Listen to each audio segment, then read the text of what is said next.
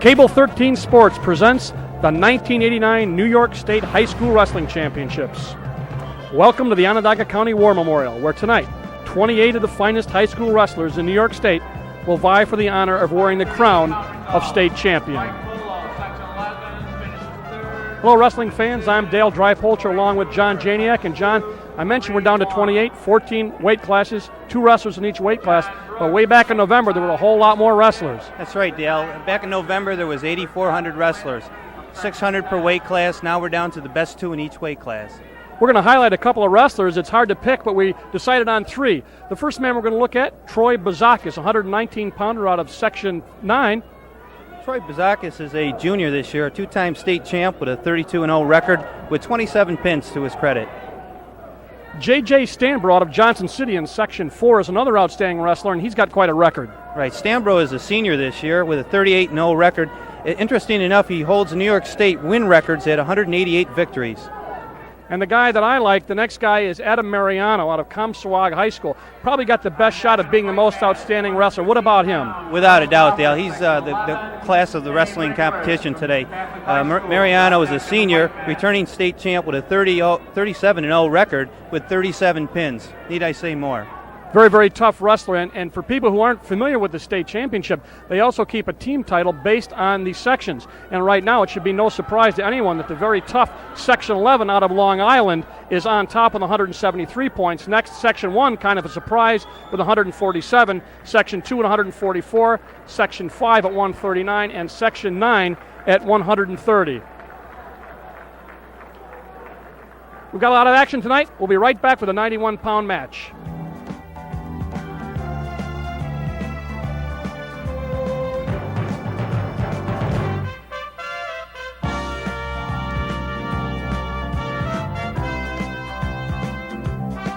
Peer pressure, it's all around us. There's no doubt about it. Peer pressure does exist, but luckily it can be a positive thing as well as a negative thing. If you're concerned about the role alcohol and drugs are playing in your friends' lives, don't just tell them about what it is, show them. Set a good example. Eat and exercise right, and support alcohol and drug-free parties. Always invite your friends to go with you, and work real hard to see that they have a great time at these events. If you feel alcohol or drugs are too much even for you to handle with your friends, bring other people in it who know what they're talking about. Show your friends you care by helping them through this horrible mess. There's no better way to show them that you care. My name is David Gerlitz, and I would like to apologize for my part in the selling and promoting of cigarettes. For 6 years, I was an advertising model for cigarettes.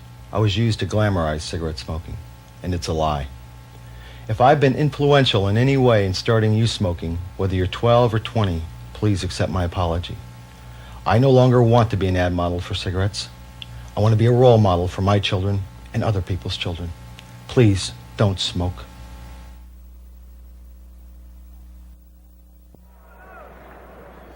And we are back at the War Memorial getting set for the 91-pound match as the finalists are on the mat now, getting final instructions. First of all, we would like to thank the International Brotherhood of Electrical Workers, Local 363, Local 1922, and Local 1430 for the exclusive sponsorship of this cable cast, for their support enabling us to bring this outstanding event to the people of New York State. The rights to this broadcast have been granted by the New York State Public High School Athletic Association, representing 778 senior high schools across the state and more than 500,000 boys and girls who participate annually in the NYSPHSAA sponsored athletic competition. Any rebroadcast or republication of the programming without the written consent of this governing body is strictly prohibited. And now we got that out of the way. We are set to go with the 91-pound match. Craig Conan out of Section 3. 91-pound, only a freshman, and he will be facing Anthony Alberti out of Section 1, Henry Hudson High School. Montrose is the hometown. And John, the freshman versus the junior. Conan is the freshman, Alberti the junior. Obviously at this weight class you'd expect to see a freshman, maybe not a junior at 91 pounds. Right. This afternoon, though, when I was watching both wrestlers, I didn't expect to see the power moves that I saw. I thought I'd see a lot of quick, very slick moves. That freshman is going to be quite a match for the junior today. Well, Conant out of Section 3, a little bit of a surprise perhaps. They didn't expect Section 3 to do as well as they have done thus far in the competition, but Conant, as we said, only a freshman. His record is 30-1. He's got 26 pins. Semifinals, actually, it was a quarterfinal, I should say. He had to go overtime, 15-2 in the overtime period to beat his opponent. So he really had a tough go early, but he is here in the finals. Yeah, this should be a very good match. Both men, like I said, Dale, are upper body technicians, and they're going to be coming out here out of the gates fast and furious. Well, one of the things we'll notice in the state championships as we go along, we'll look at Alberti for a second. He's out of Henry Hudson High School. He's got a 36-0 record, 30 pins, so both gentlemen had a lot of pins on the way up. He's only a junior, both underclassmen, as the referees get set to go. First referees will be Steve Adalberth, and Bill Stark is the assistant. They will have a man who watches to make sure that the call is correct and that they will confer. Right now we're set to go. Conant from Section 3. Well, they both have blue on, but the red knee guards belong to Conant, and with the 3 you'll be able to see him on the chest. But right now they're right out of the gate and going at each other, John. Right, again, today both men shot a lot of single legs. Oh, nice duck under. Alberti scores the first points, 2 for him on a takedown. Alberti on top early. We'll keep you informed of the time. We don't have a shot clock, but we will keep you informed. Right now it's 2-0, Alberti on top. Conant working from the bottom, only a freshman, and a lanky 91 pounds as they head out of bounds in front of us. Section 1, I'm just going to say Section 1 also has been quite a surprise as we get a little timeout here, perhaps a bloody mouth. Section 1, not normally a strong section in terms of placing people in the finals, has a number of people there. I'll check. They have 5 right now actually in the finals. But one thing that's interesting is the fact that they've already done the computation, and it appears that they're going to have a lot of trouble catching Section 11 because what you won't see tonight are the wrestlebacks, John, where people wrestle back for 5th, 6th, 3rd, 4th, and so on. And apparently Section 11 very, very strong, a lot of depth. So Section 1 probably will not be able to catch Section 11 for the team championship. Yeah, they have 5 wrestlers, and I'll tell you, they brought some very tough wrestlers to the meet. As usual, we have a filled house here at the Syracuse Onondaga County War Memorial. Conant down by a score of 2-0. Moving on the bottom. Trying to switch. He didn't get the 2 points, but I think he's got his 1 for just neutral. Just got the 1 right there, John. Absolutely. 1 for an escape. So it's 2-1 now in favor of Alberti.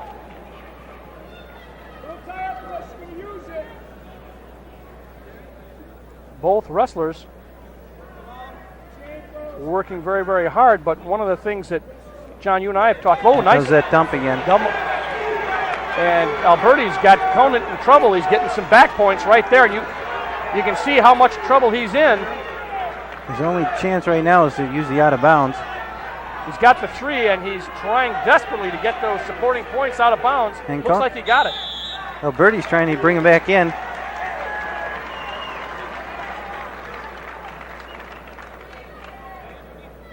And there's going to stop right now as they look at the injury. He has a little bit of blood. Comes from the nose of Craig Conant out of Tully High School. Tully, New York, Section 3. Section 3 being basically Central New York area. 7-1 now. The score has skyrocketed as Alberti got those 3 points and had Conant in trouble before he got out of bounds. Yeah, Section 3 hasn't had a state champ in 2 years since Corthus from Central Squared heavyweight was champion, and this is one of only 2 Section 3 wrestlers in the finals. Conant's going to have to make up some ground here to get a New York State championship for Section 3. Conant on the bottom. Again, he sits out, turns in. He may have his 1. He better hurry. No, he's not going to. I don't think. Alberti went right to the... setting him up for a cradle. Yeah, and then he looks like the cradle, but now he's just going to be satisfied to ride him. See, there's a move you don't see too much in college wrestling, Dale, is that switch from the bottom position. Seems that the freshman uses it. That's his number 1 move off the bottom. And as you, obviously a freshman not having that much experience, though we've had people, and we'll talk about it later, who have won the state championship in the 8th grade. So I think that more and more the wrestlers are getting into it earlier. Right now, Alberti is up by 6 points. Second period beginning now. Alberti on top, not only score-wise, but in position. He's got a 6-point lead. Conant in the gold, and the red knee guards. Very patient, but he's going to have to make up some time. Oh, nice. He sat out, turned in, stepped over for 2-point reversal. 7-3 now. Nice move by Conant, but he's going to lose one now to Alberti right away on an escape. Should be 8-3. And that's exactly what it is. Now as we'll adjust our scores, they go out of bounds. And Conant can't stop the blood from flowing from his nose. They're going to work on him in the corner. He also plays soccer and lacrosse at Tully High School. And making it this far as a freshman is, well, John, remember when you were a freshman, you probably weren't thinking about being in the States. Very, very difficult thing to do. As a freshman in high school at North Syracuse, a local product at Section 3, all I wanted to do was make the team. Yeah, right. Now anything can happen. Like you said, we have a wrestler that wrestled and won the state championships as a 8th grader. And we'll see him a little bit later tonight. Almost amazing. Right back now, 1:30 left in the second period. 8-3 the score. Conant from Section 3 down by 5. Alberti from Section 1 out of Henry Hudson High School. And Montrose, they go out of bounds in front of us. He's a junior. And as we said, out of his 36 matches, Alberti had 30 pins. However, I'm willing to bet we will not see a lot of pins tonight in these finals. You and I have talked about it before, that nobody wants to make the big mistake, John. That's right, Dale. This match for some people is the last match they'll wrestle in high school. It's not the case with these two wrestlers, but it is the last match for the year. Nobody wants to make that big mistake. So right now, you see the score in the background there momentarily, but it is 8-3. 50 seconds left in the second period. Alberti of Section 1 up by 5. And Conant really not able to do much to him. He did get that reversal, but gave up an escape right after he got it. Not able to really control Alberti. Dale, I'm really impressed with the shape these guys are in. I mean, even the muscle definition for 91-pounders. I'm amazed at the height, too. They're getting bigger and stronger every year. 91 pounds, that's tough. There's Conant with the cotton in his nose. He's been having problems with that, a normal problem for wrestlers. And we're down to 15 seconds left in this period, and Conant down by 5. Alberti's grabbing a leg now. Conant working off. a front headlock. Got the front headlock, but not able to do much with it. Oh, he stepped into that barrel roll position, just what Alberti wanted him to do. Absolutely, and he's going to pick up with points. Time running out in the second period. Yeah, see how many he gets. He gets 2. So he will pick up 2. As you said, he stepped right into that, John. No, timing was not the right thing to do for him to step in. He should have went to the out of bounds. He had the front headlock and then just probably could have not stalled out, but just taken his time. As it was, he gave Alberti a chance to pick up 2 more points. Right, that was all with 10 seconds left. Yeah, it's now 12-3. Alberti up by 9. Alberti on the bottom.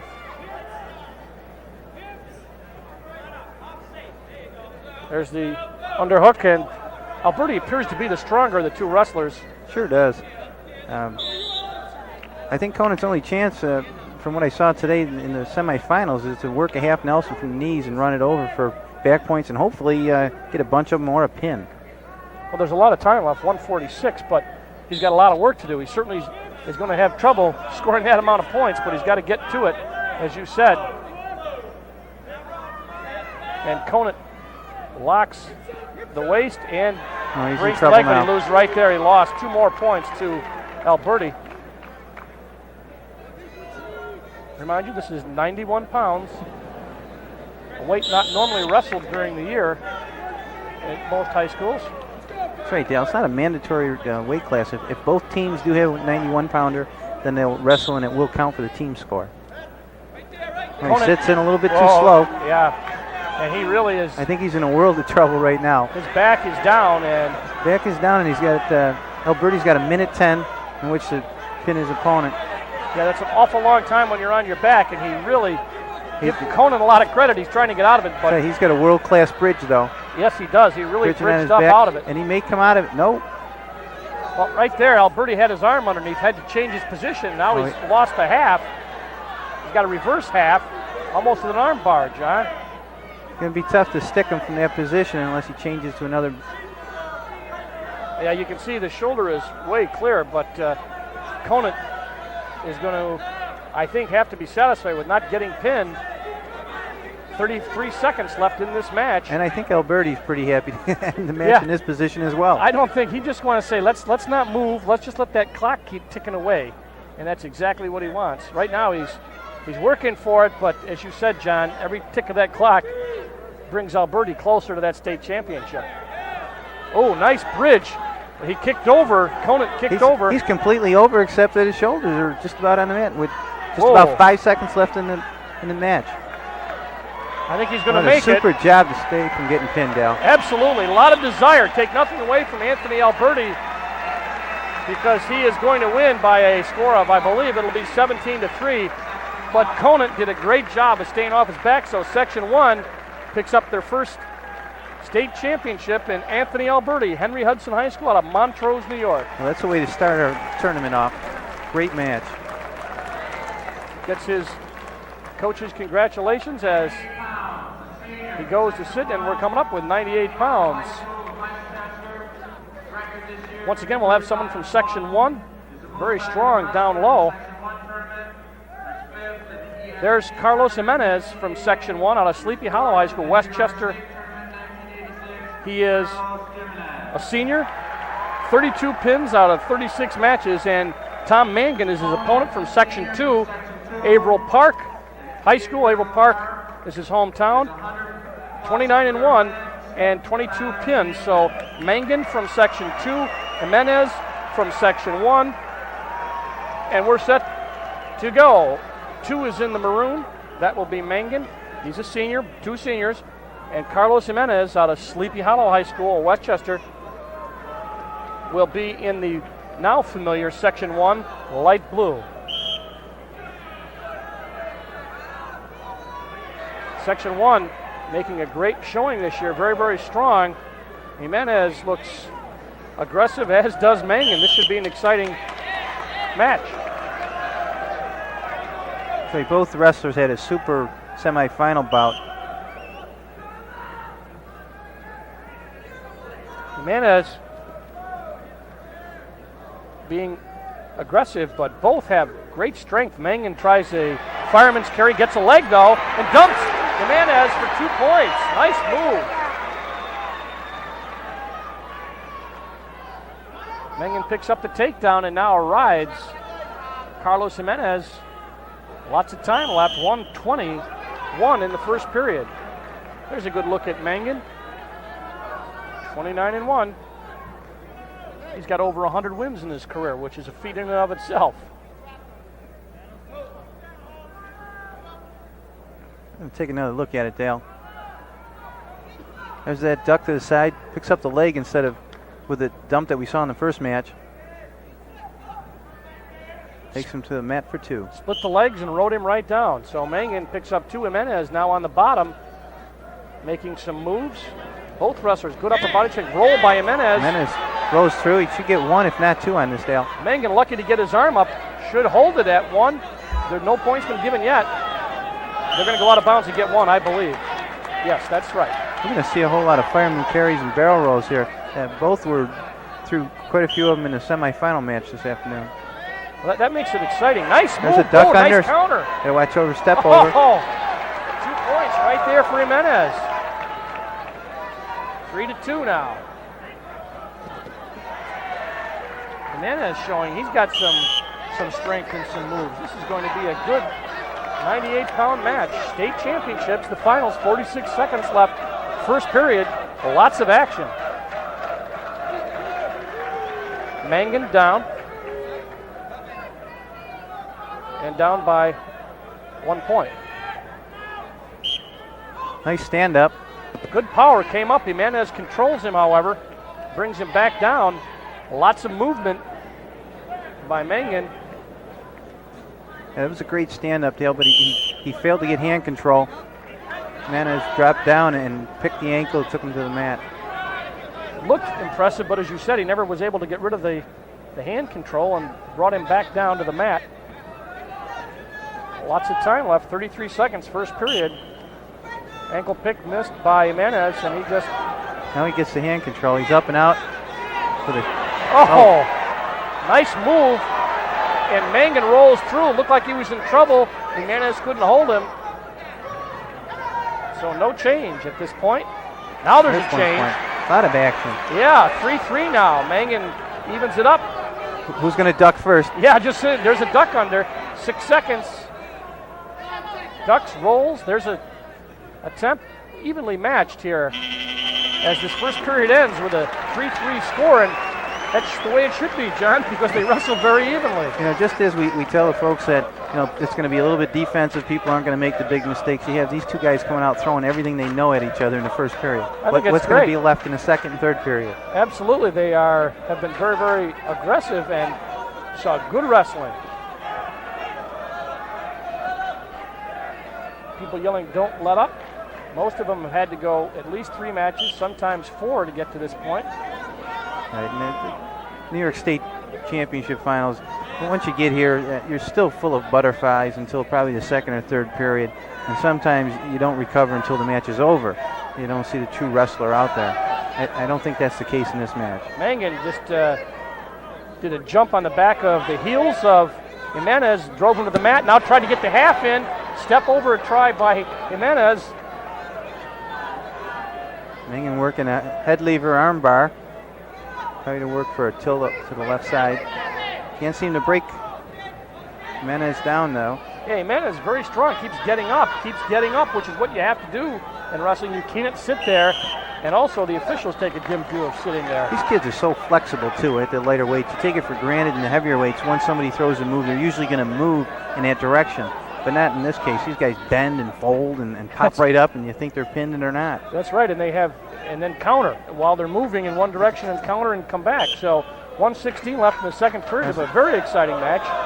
Tom Mangan from Section 2 against Carlos Jimenez from Section 1, and he once again does that heel kick and drives Jimenez down. He's hoping, I think, to maybe tire him out a little bit here, but I don't think it's going to work. Nice move by Jimenez.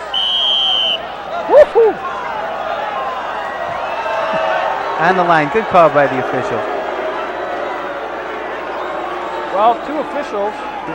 What you're hearing is the cheering from Section 2 and the booing from Section 1 fans. Mike Giagos is the referee and Pat Collette is the assistant, and they both agreed on that. There was no doubt, and Collette didn't even look. The official didn't even look, so it will stay 3-3 with Mangan working on top. Jimenez on the bottom. 45 seconds left, second period. Jimenez looks like he's going to get an escape. He does. Officials aren't calling it yet. Nice. Front salto. Nice move. 2 points reversal, Jimenez. Peterson attempt, perhaps? That failed. I think Jimenez has a 2-on-1. Yep. And one arm through the crotch. Very tough to stand up or even combat from that position. Lots of control. Jimenez picked up 2 points, makes it 5-3 now. That man right there with a 1 is, at this point, number 1. But there's 2 minutes and 19 seconds left, 19 in this period. And what we've seen so far, Dale, anything can happen. That's right. You know, it seems like one person's gotten some momentum, then the other person, not in points, but in control. And that particular... That's right. If we were watching riding time, I think you'd see just about even. Probably almost 2 minutes for each person. Ooh. Just a couple seconds short of getting a 1 point or 2. There's 1 point for Mangan. Oh, heavy on that arm. 2 points for Jimenez. Holy cow. Oh, it's a nice arm throw by Tom Mangan and just didn't get it. Yeah, he got 2 on that, 2-1 on that arm and pulled it right over the shoulder. He lost it, cost him a takedown, 7-4. Go ahead, John. I'm going to take another look at it. Here comes that arm toss. Brings it, just doesn't follow through enough. Comes up on top. And a great counter by Jimenez. That's it. Not taking anything away Jimenez because he stopped it mid-air. He did. It looks like he knew that might have been coming, and he caught it when he had to. So it's 7-4, great match. Jimenez on top. Another stand-up, no hand control. That might cost him again. Tom Mangan is brought down to the mat once again. He kicks through. He should have 1, possibly 2 on this. Well, he's got to follow through because Jimenez is not going to let him without a fight. I think what you're seeing is Tom Mangan is throwing some great moves, but Jimenez being a little bit unorthodox and not ending up in the position that He's Tom supposed Mangan to. wants. That's right. Yeah. And when that doesn't happen, there goes your whole game plan. Now what do you do? Well, now he's got one leg trying to step behind and get some leverage to get some points. Jimenez goes to a whizzer, and they're going to go back to their feet. I can't wait to see who throws something from here. Yeah, Mangan stepped on his foot and then got out. 7-5. Oh, the old step on the foot routine. Ooh, nice duck. Move, counter move, nothing, out of bounds. Got to throw those on the blue. The mat is blue and red, a circle. I heard some of the officials saying this is one of the smaller mats. So lots of action. You're going to have to keep it inside. Jimenez tries a takedown. 1 minute now. 1 minute in this period, in this match, I should say. Mangan throws, shoots. This is it. This headlock. is for the whole. Here's that headlock again. Nothing. He's going to come up with -2 on this. Yep. Cost him. In freestyle, it would have been 2 points, and maybe a trade-off, 2 and 2. But he didn't get any points in Cleveland style or folk style. 39 seconds. Mangan is now down by 4. Jimenez took advantage, has taken advantage. But boy, this has been a great match. 25 seconds, 4 points, a lot to make up for the man on the bottom. With 20 seconds left, it seems in this position, Tom Mangan's in a world of trouble. Tries to roll through. He's just trying to get desperate there, hoped he could luck out. But Tom Mangan, not for lack of effort, is going to lose 9-5 to Carlos Jimenez in a great 98-pound match. That was really a lot of action, and Carlos Jimenez, a hard-fought and very, very tough victory over Tom Mangan from Section 2. What a super match. But I don't know if anybody's going to top this the rest of the way down through. Lots of action. Lots of action.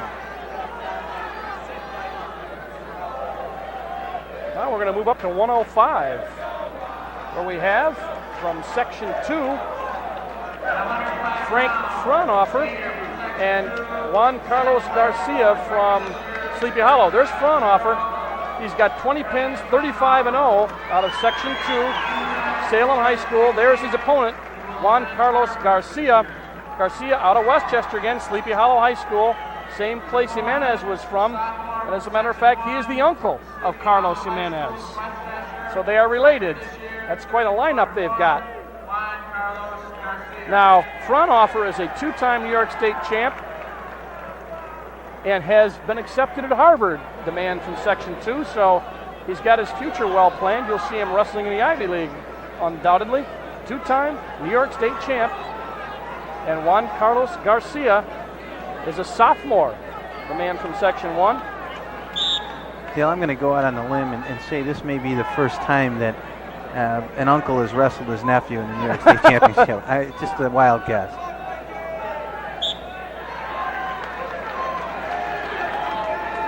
Fraunhofer from Section 2, Salem High School. In the maroon, Section 2, the lighter blue, Juan Carlos Garcia out of Sleepy Hollow High School from Section 1.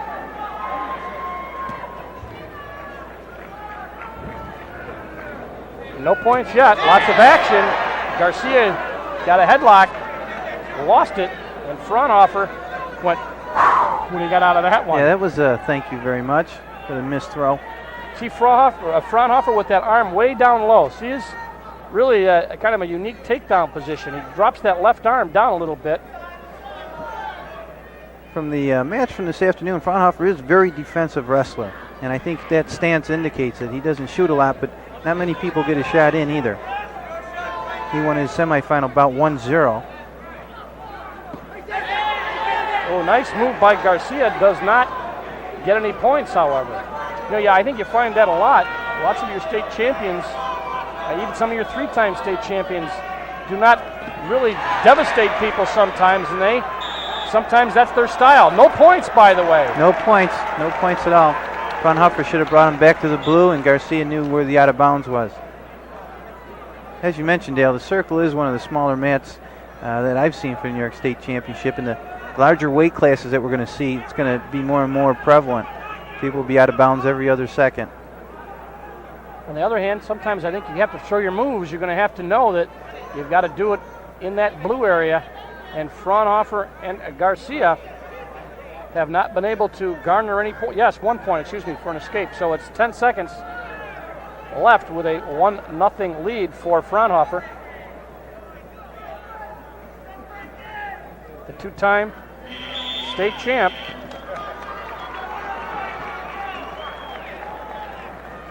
And now we'll go to the second period. 3 2-minute periods.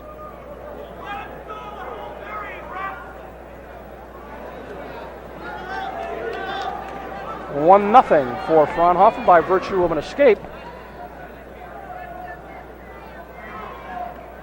Fraunhofer on the bottom in the maroon while Garcia's on top. Once again, a great crowd here as they have come to see the state championships. Garcia working, kicks the leg out from underneath Fraunhofer. Fraunhofer back up again. Trying to get rid of that hand control, John. Fraunhofer, great hand control. He just got rid of it. That should give him another one. That'll make it 2. That's determination. You just keep trying the same move. If you got the hand control, you're going to get out eventually. Nice throw by Garcia. But he's just about a step away from getting his 2 points every throw. Garcia, only a sophomore, while Frank Fraunhofer, is a senior. Oh, he got his weight underneath him. Couldn't get away, but Fraunhofer, that's why he's won the state championship twice. But he does know where the out of bounds is. Yes, he does. And just checked himself and got his body. Looked like he was going to get caught, but you're right. Johnny knew exactly where the out of bounds was.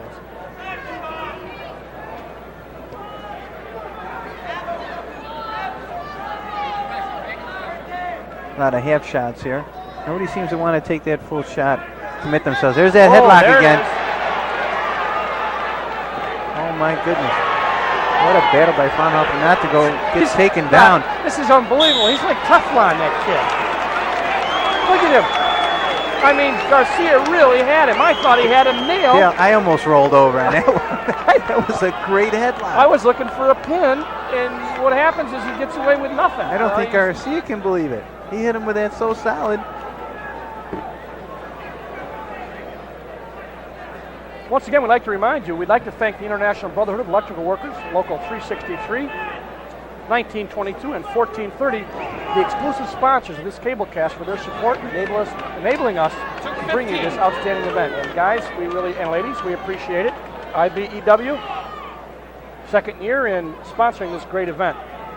And right now, this has been a great match at 105 pounds. Fraunhofer in the maroon, Garcia in the blue, and Garcia has really appeared to have Fraunhofer in trouble, but he has gotten out every time. Beautiful duck under, Dale. That's a that picture was so perfect. fast, John. That's what Garcia is saying right now. That was so fast. Where did that come from? I thought Garcia perhaps had a little more speed than Fraunhofer, and he may, but not on that one. And Fraunhofer working hard. Fraunhofer's got a nice, which should have been 2 back points, but Garcia, again, another unorthodox wrestler from the bottom position, throwing all kinds of crazy moves, comes up, no back points. Fraunhofer, 4-0, the score, and we've only got 5 seconds left in this period, that being the second. So after this, Garcia is going to have his work cut out for him, as he is going to be ridden until the period ends. So he's down by 4-0. Juan Carlos Garcia on the left in the blue, and Frank Fraunhofer. And there is one of his coaches. And Fraunhofer, a 4-0 lead and the top position on Garcia. Now he's got the wrist control, and Garcia still trying to turn him. Fraunhofer working hard, John. That's right. What I've noticed about this kid, the senior going to Harvard, very basic wrestling. Good hand control, very good setup, foot speed. And he's got that control of the wrist, just working Garcia. Yeah, getting his body got out his weight there. on him, Right. doing all the right things. Now he's got that one-on-one out to the side. Very basic. Now Still working hard enough that there's no even any chance of being called for stalling. He's going to try to pull Garcia back in. Yeah, he's working. Fraunhofer's really working hard. Garcia wants nothing to do with it. Garcia's smart. If he can get out of bounds, then he does. In that position, Fraunhofer had the one-on-one through the crotch. Again, in the first match we saw that, very tough to defend. The out of bounds can be your only friend at that point. And 41 seconds off the clock. So it's down to 119. And Fraunhofer attempts to fight off the switch of Garcia and does. Garcia seems to maybe a little better on his feet, John. He seems to have lost some steam here. Well, I think he's a little bit frustrated too. He threw everything in the world at Fraunhofer and came up empty. He's got no points to show for it. Now he's trying to... Oh, nice move. Now he's going to get one. He does, right there. 4-1. And we'll see if he does, in fact, take advantage of the on-the-feet position here. Yep, 50 seconds now. He's setting him up. He's the headlock, and he likes it. Either headlock or upper body toss. I'm not sure. Yep, it's a 5-point move anyway, generally. Although with Fraunhofer, you don't know. 40 seconds. It should be, is right. And Fraunhofer's doing the right thing. Well, at least for Garcia, he's keeping his head on his shoulders. I don't think he wants to do that right now. Oh, nice. Oh, just shrugged him by. Just shrugged him by. I think these guys work out at home. 4-3. And Manganer gets one. He's going to go 5-3. Garcia's going for the tie. I have to believe. He knows he's got to get 2 points. Little arm spin, a little bit sloppy. With 10 seconds left, no points. He does hip toss. Oh, whizzer by Fraunhofer, 5 seconds. 4-3, they go out of bounds right in front of him. Well, I'll tell you, if he would have stepped in and thrown to the side, he would have had Fraunhofer in big trouble, at least a 5-point move. And they start right up again, and that's going to be it. Frank Fraunhofer will be a 3-time state champ. And Juan Carlos Garcia. And the matches just keep getting better, Dale. Boy, I'll tell you, you're right. This has been a super, super day. And a couple of super finals. I think we're going to see some more of Juan Garcia in the years to come, though. He's only Boy, a sophomore. I was impressed. Absolutely. Now we move up to 112. Another Section 1. You've seen a lot of Section 1, right? James Canty out of Section 1. 112-pounder. Senior. 31-2 is his record. 27 pins. And there is Tom Sinecor out of Bethpage, Section 8. He's 37-0 with 12 pins. So you've got Sinecor from 8, Canty again from Section 1, and Section 1 really tough in these low weights, John. I'll tell you, they brought the lightweights here and they came to wrestle. And I've never seen such technicians. I mean, these kids, they're not throwing 1 or 2 moves. They're throwing 10, 12 moves in each match. I mean, that's just from a on-the-feet position. That's super. All right, we'll see if it continues. Sinecor from 8 in the green. The light blue, familiar to you now if you've been watching this broadcast. James Canty out of Suffern High School. Sinecor from Bethpage, and Sinecor in a little bit of trouble. No points yet as Canty attempting to get the takedown. No control as of yet. There it is. That should be 2 points. So Sinecor taken down by Canty, and Canty having a little trouble controlling Sinecor, but it's still 2-0 in favor of James Canty, Suffern High School. There's the one. Now it's 2-1. And I think it may be 2 points. Yep, now it's 3. Slick little move in there. Sinecor back from a 2-0 deficit, picks up 3 on an escape and a takedown. Didn't have to move too far to get him. No, not at all. Out of bounds. Played that out of bounds perfect too. He could have went out of bounds and got no points, just the 1. Sinecor and Empire State Games participant. We see a lot of people in these state championships and throughout the state tournament from Empire State Games. I think we've seen that already, Dale. There's been a lot of what I'd call international moves with those headlocks and the hip tosses. Oh, right there, Canty on top of Canty Sinecor. looking tough. He's got a scoop that leg. He did just Gotta that. get the hand control Right away. now he's got some crazy cradle here. Yep. Working hard on it. Sinecor on the bottom, Canty on the top. That's James Canty. A long arm. Looked like he had kind of Sinecor a holding. reverse cradle attempt. He's still got it. I think if he rolls through toward Sinecor's head, he could get this cradle. No, he let go. Sinecor really got a wide base, gets that leg way out to counter that, and we're going to get 1 point. The way they've been rolling around, I forgot who was on top there for a second to get 1 point. 3-3. Yeah, as we said, they don't have to move too much to get these escapes. They've been really locked together very, very tightly, and there's 12 seconds left in the first period, and we're right back where we started from, actually. It's a tie score. So no advantage to either wrestler in the score department, but lots of action. Oh, Sinecor in deep. Counter by Canty, and he gets no points. And he ran out of time. Correct. Absolutely.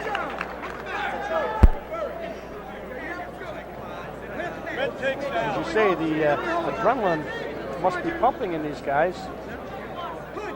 And to become a state champion, there's a lot of strategy involved, and Sinecor just employed some. He let him up, gave up 1 point to Canty, 4-3.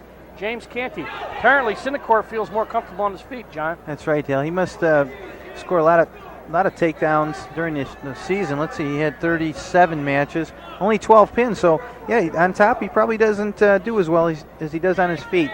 Or at least feels more confident in this match.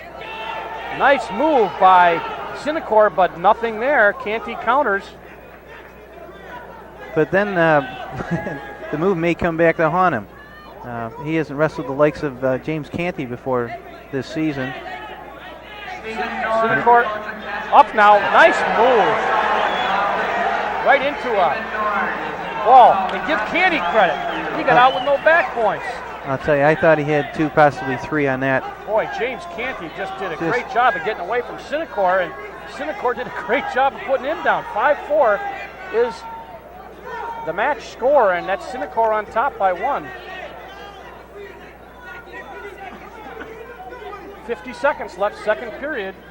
1 point lead. Sinecor in the green from Section 8, Bethpage High School. Get a good look at Canty there. Canty throwing that switch. Ooh, nice move there. He's got to watch himself so he doesn't get snapped down from behind. Yeah, there's the hook as we're down to 20 seconds now. Now, if he would just get that hand control and stand up, he'd be all set. But easy to say as Sinecor, what are we going to call? A stall here. Warning? Should be a warning for on Sinecor. That could be something. He's up by 1, but has a warning for stalling as this second period winds down. I think the officials, Dale, feel that he's not aggressively working toward the pin, so they want him to get a little bit more. Which is what makes high school wrestling so much fun, I think, as opposed to some of the stuff you see in college. They don't seem to go for the pin as much and aren't really required to do that. Right now, it's last period, Sinecor on the bottom with James Canty on top. Canty from Suffern has got to get a point eventually. He's got a lot of time, though. He should be patient. He gives up 1. Oh, boy, he had the arm bar working, but he didn't keep his weight on top of Sinecor. Sinecor felt it, scooted out for 1 point. That puts him up 6-4. And also, Sinecor had let him up before, so he feels confident on his feet. He gets 2 right there rather quickly, making it 8-4. And now he can let him up again. Nice little barrel roll. I don't think he had a choice on that. I think James Canty is in the bout, and he wants to make sure it's a close final, if not pull out a victory here. 8-5, but Sinecor moving. He has been warned for stalling, so ooh, nice, real pressure on Sinecor's head by he's Canty. keeping his head down, beautiful. Long arms again, Sinecor holding on to the leg. Well, if Canty can get a reversal here, it would put him right back in this. That would put him down by 1. We got a minute left in the third period, just about a minute. They're out of bounds. I'm surprised they didn't call a stalemate just a little bit earlier on that. I said reversal. I should have said takedown. They were on their feet. 8-5. Sinacor shoots, gets the left leg of Canty. Canty has the whizzer in. 45 seconds away. Kenny's keeping great pressure on Sinacor's head, but to no avail. He's got to work some takedowns here. He needs some points to catch up. To take down and some back points, but it's winding down. 30 seconds left in this match. He's going to try to scoot around behind for two. I think he does have There's it. two. 8-7. He's got to work for a tilt. Oh, does he? Oh! Sinacor rolls through. No back points. He's really trying. Canty's really trying to get him on his back. Kenny's got He's been 12 warned for seconds. stalling. 10 seconds. He's going to try to split. Canty working hard. That is the 1 point. Yes. That's what he needed to take this match That's into it. overtime. It's overtime. It's OT. Oh, what a beautiful comeback. Well, I said that stalling call might hurt him, and it did with about how many seconds, John? There was 4? less than 10, absolutely. Well, great job by Jim Canty as he fought back, and then they called a stall 1 point on Sinacor, and that put him right in an 8-8 tie, and that is really an interesting match. And they're going to give them now 30 seconds as they've been out sitting. They get about a minute to get some refreshment and come back. All right, they're going to start in neutral position, Dale, for the overtime. It's going to be 3 1-minute periods. And new this year, all the points, all the stalling calls, all the injury time used up in regulation will carry over into the overtime. Sinacor better be aware of that because he's now lost a point for stalling. That's right, and that comes into play. We're going to take a look at this with Canty on top, working for the two. You see there, just Sinacor not doing anything on the bottom, just trying to waste time, and he had been warned, and that cost him a point. And it's going to be a grudge here. It's too close to call. Sinacor looks a little less determined than Canty, but he's got to feel that the momentum went to Canty, John, at the end of that period. Oh, definitely. It's in his court, but in overtime, as we've seen throughout the whole state championship, nothing's for sure. And there's a Sinacor takedown, that's for sure. So that's going to make it 10-8. Yeah, maybe Sinacor didn't look as determined, but maybe that was a little bit of a ploy, trying to make Canty think he was a little bit tired. So we've had a great match. Our first overtime, 112 pounds, let's remind you. James Canty out of Suffern High School, Suffern, New York, against Tom Sinacor, Section 8, Bethpage High School, Bethpage, Long Island. And that is Sinacor right there that they are giving some water to and putting the cotton in the nose. And as John Janiak said, everything carries over, and it's now 10-8. Keep in mind, Sinacor from Section 8 in the green has given up a point for stalling in regulation. In fact, with about 4 seconds left, and using the same strategy, he gives up a point right away to Canty, but Canty really got right after him. He did what he was supposed to, Dale. He shot in right away. 1 point, tried to make it 2. Unfortunately, he got tied up a little bit with his head between Sinacor's legs. 10-9 right now. Sinacor on top by only 1 as he let up. And he's going to have to get his legs out, or his head out between Sinacor's head to improve his position, which he just did. He's got to watch for the out of bounds. Oh, nice move by Sinacor to grab the leg, and they roll out of bounds. 8 seconds left in this period. I had the feeling that was going to happen. 8 seconds left in this period. And now Sinacor shoots. 10-9, 2 seconds, 1 second.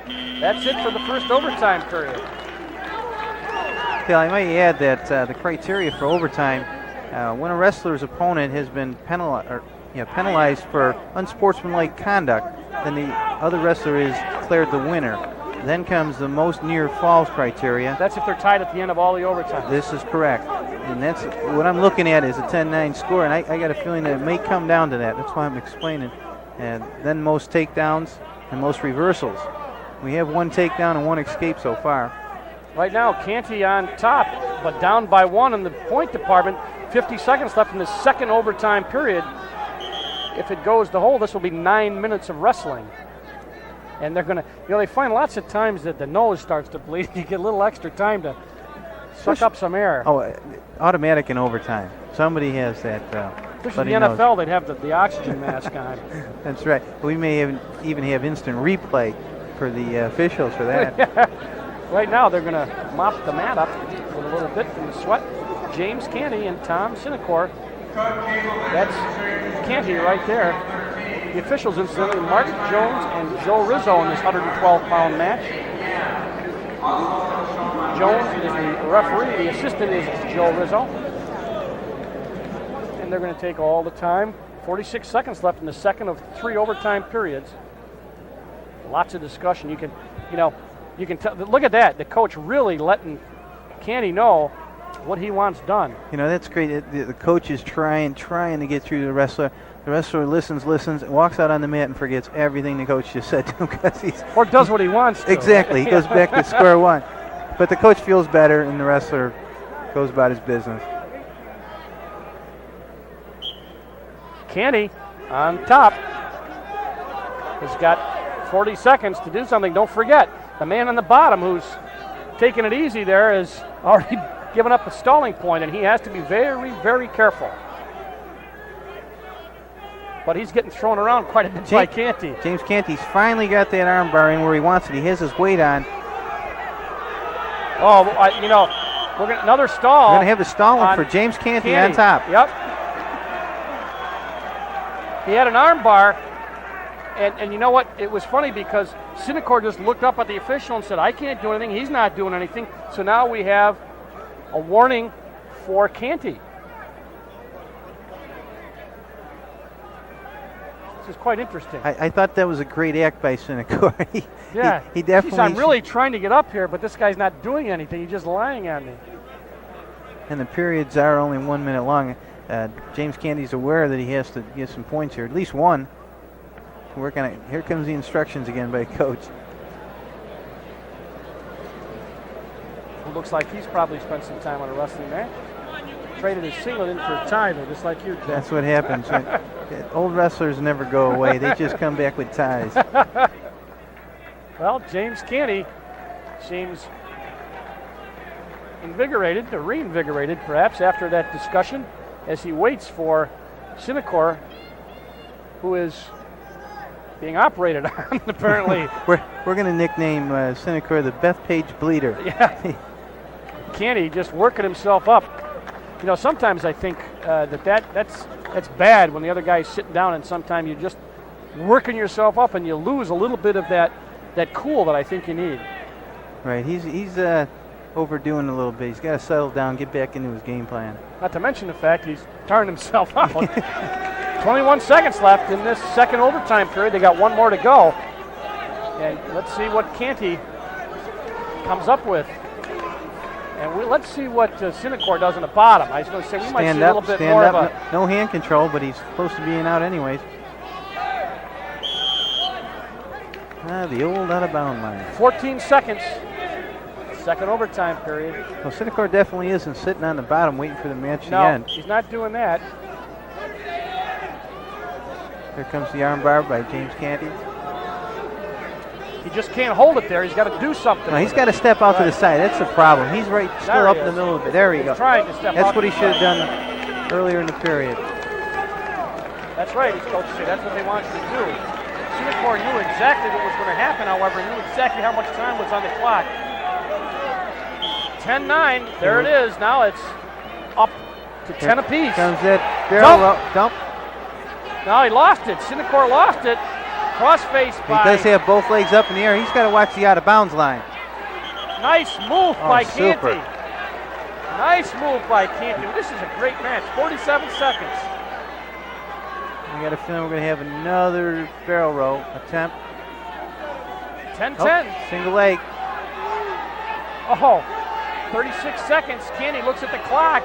He's got to get some control. Sinecor knows it too. He's got a leg.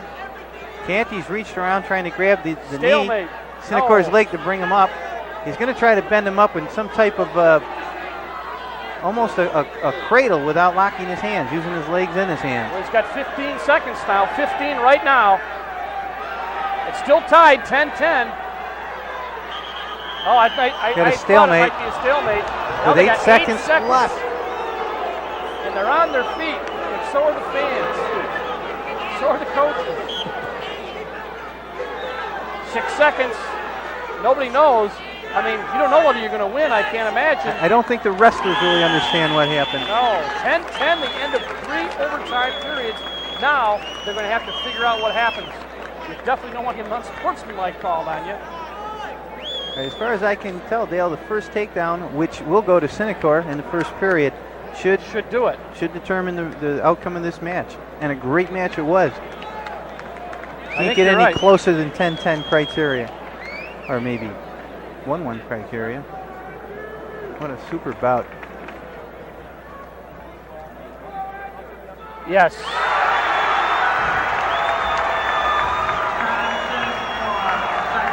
Well, somebody's got to win and somebody's got to lose, and that man just won the 112-pound championship, but only by the slightest margin over James Candy out of Suffern. So Beth Page has got a 112-pound champion. We'll be right back with more wrestling after this.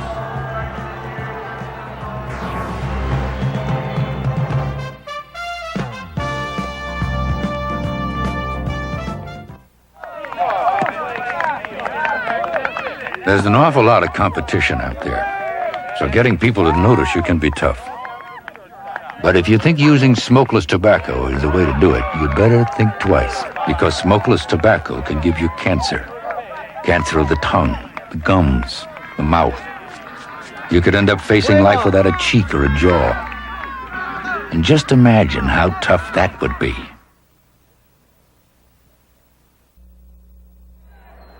We're back, 119 pounds. Anthony Antonucci from Section 5 against Troy Pazakis from Section 9. Great matchup. Pazakis is the guy we talked about at the top of the show. There's Antonucci, his opponent. Antonucci's 37-0-1 with 22 pins out of Hilton in Hilton, New York, Section 9. Troy Pazakis, who has won the state championship when he's in 8th grade, is now a junior and could eventually become the first four-time state champion. Troy Pazakis out of Pine Bush High School in Section 9. They're getting set. Pazakis, we talked about him, and he lost last year. It's back this year as a junior, won it in 8th grade. And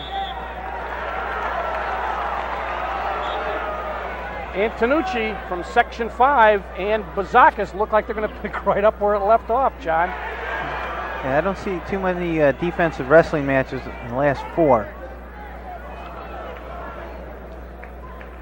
Section 9, by the way, is down in Westchester County area. While Section 5 is the Rochester area, and we're going to get a whistle.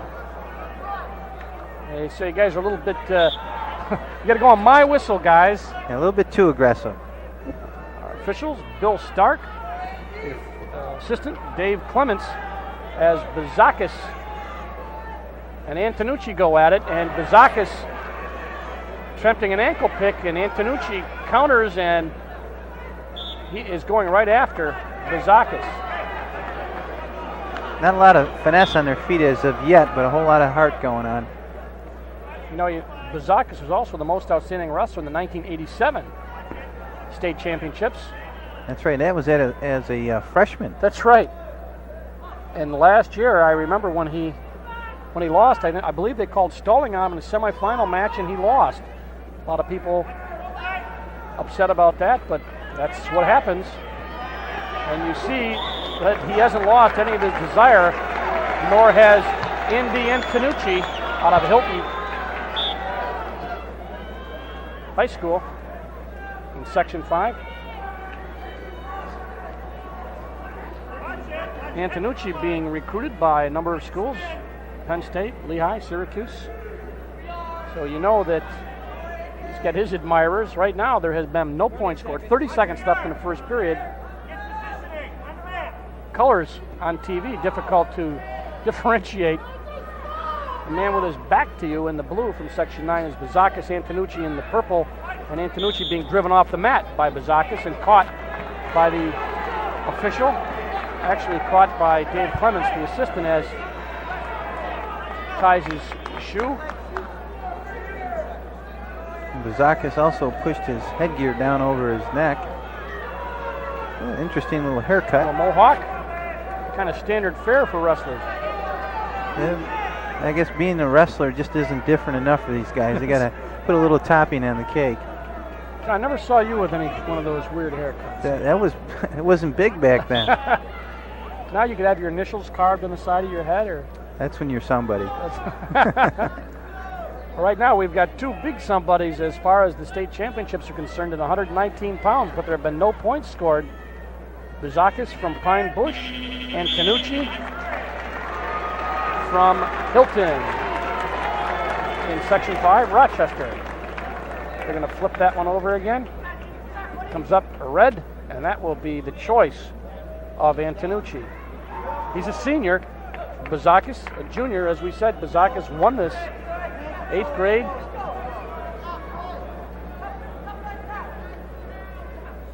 Antonucci will be on top. The elevated Bazakis took him halfway to the hanging scoreboard, but all that does is no style points, right? No style points. As a matter of fact, if they were points, it would probably be a little bit low at this point, but Dukakis off the bottom stands up like a jet but gets no hand control. Ooh. I've mentioned that 3 times already. They got to get that hand control. These guys don't look like 119 pounders, do No, they? as a matter of fact, I remember when I wrestled 138, and these kids look bigger than I did back then. Nice move by Antonucci. Bazakis countering and fighting out, and they go out of bounds and no points. I'm sure the adrenaline's running high, but I would say Antonucci really looks psyched for this one. Absolutely.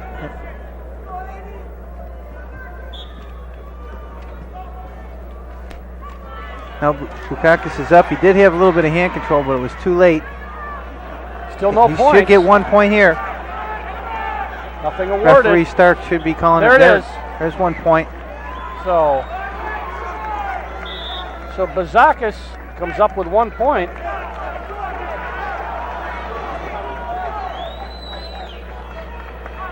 Antonucci had a close one on the way in. He won 6-5 in the semifinal. Oh, right now he's got Bazakis in trouble. He does have his 2 points. That's 2-1 now. And I think there's a few Section 5 fans here. I think so. Bazakis had a technical fall and then won 12-3 and 5-1, so he didn't really have a tough get here. Here's the replay. Nice. Brings him to the mat for control. We're back now to live action as Bazakis is being taken out of bounds. 2-1 the score. Bazakis down by 1 to Antonucci. 55 seconds left, second period. So each of these matches from 91 all the way up to 119 has been exciting. Antonucci, tight waist, nice move by Bazakis. Bazakis does not stop moving, and I think Antonucci appears to be a little bit tired at this point. Well, so you get that adrenaline going, you think you got him in trouble, and you move, and maybe you have to pace yourself. I don't know. Well, I will say that if he can keep that pace up, it's going to be a tough one right down to the end. Antonucci and Bazakis scored at 2 apiece, tied at 2 apiece, with 25 seconds left in the second period.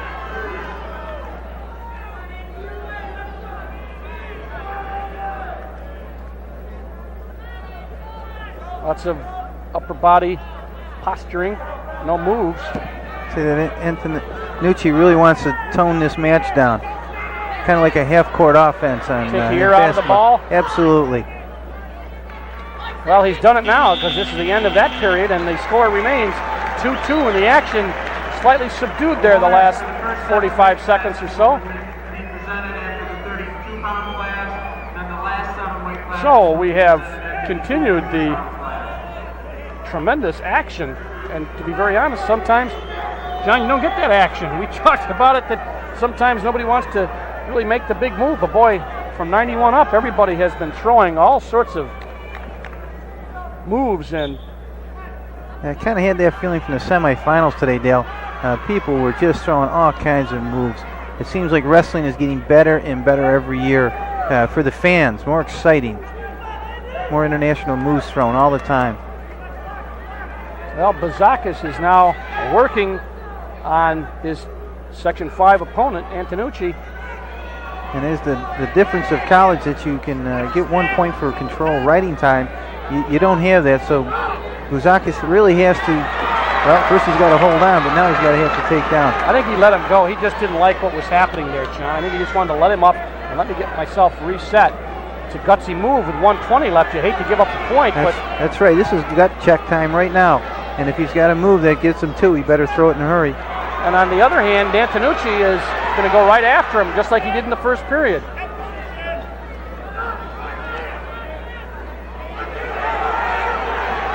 One minute left in this New York State Championship, 119-pound match. 3-2 in the lead is Andy Antonucci.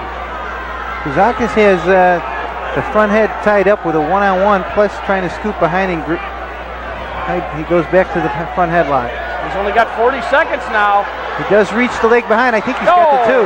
Beautiful move. That's going to give him a little breathing room at 4-3. When I say breathing room, it's going to put him in front instead of behind. And a little more breathing room as his headgear from the Mohawk haircut slides down around his neck again. That's right. Maybe that is part of the game plan. Well, Bazakis waited, gave up a point, which, John, I think you and I thought, not dangerous necessarily, but certainly gutsy, because there's been few points in this. You don't like to give them up that easily, and then he's just managed to get that takedown and now made it 4-3. He's down by 1 point, or excuse me, he's up by 1 point. Antonucci, who was up by one, is now got to scramble. 30 seconds left. You look at the coaches. Once again, we'd like to thank the International Brotherhood of Electrical Workers, Local 363, Local 1922, and Local 1430. These are the exclusive sponsors of this cable cast, and we thank them for their support, enabling us to bring this outstanding event to the people of New York State. Thanks, guys and ladies. 30 seconds left. This is the situation. Bazakis, a two-time state champ, is up by one. The man in the bottom, Andy Antonucci, has got to get some points if he wants to pull what would be an upset. And right now, Bazakis is all over him. And Antonucci is fighting his way up. Step by step, it's a tie. 15 seconds. Everybody wants this to go to overtime. I don't think anybody wants to make a bad move here. And I don't think anybody's heading to the concession stands right now either. Now, I think they're gonna let it go. Oh, nice move, Antonucci, but I think they both knew this was destined for OT.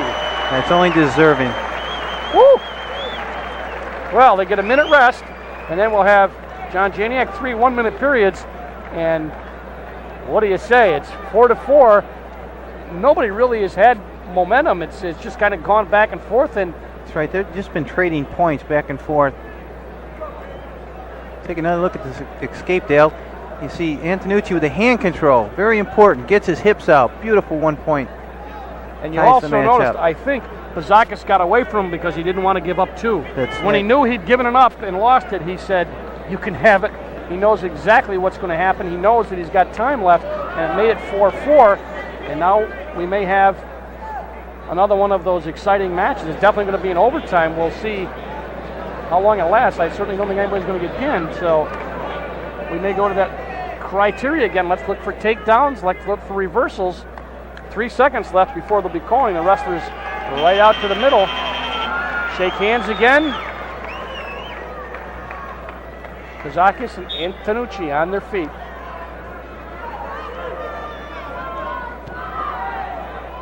Bazakis in the blue, 2 knee guards on. He shoots, countered by Antonucci. Antonucci shoots, has a single. He's in pretty tight, but they got to watch out for that out of bounds. Oh, he just gets behind and tries to, You know, Bazakis doesn't, his expression doesn't change. He doesn't look worried. He doesn't look, you know what I mean? He just seems to be. No, he's just very into this match. Just like he's just going to work. That's him with his back to us was, for an instant, they go out of bounds again. Oh, and that's going to be warning to Antonucci for stalling, and that could be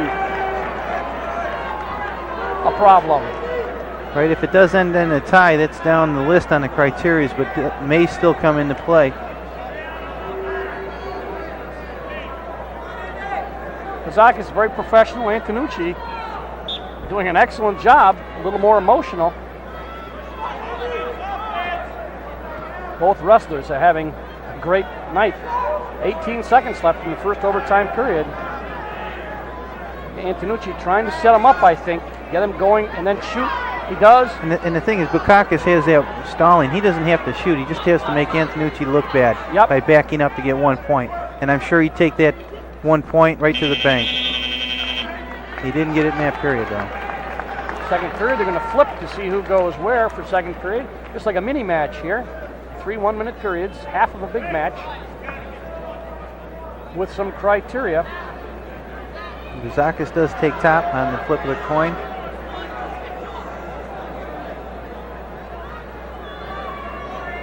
And they'll be set to go. He'll starts them, the official, Dave Clements, Antonucci. Again with a good basic hand control, gets his hips out for the 1 point. 49 seconds left, so Bazakis, the two-time state champ, once again finds himself down by 1.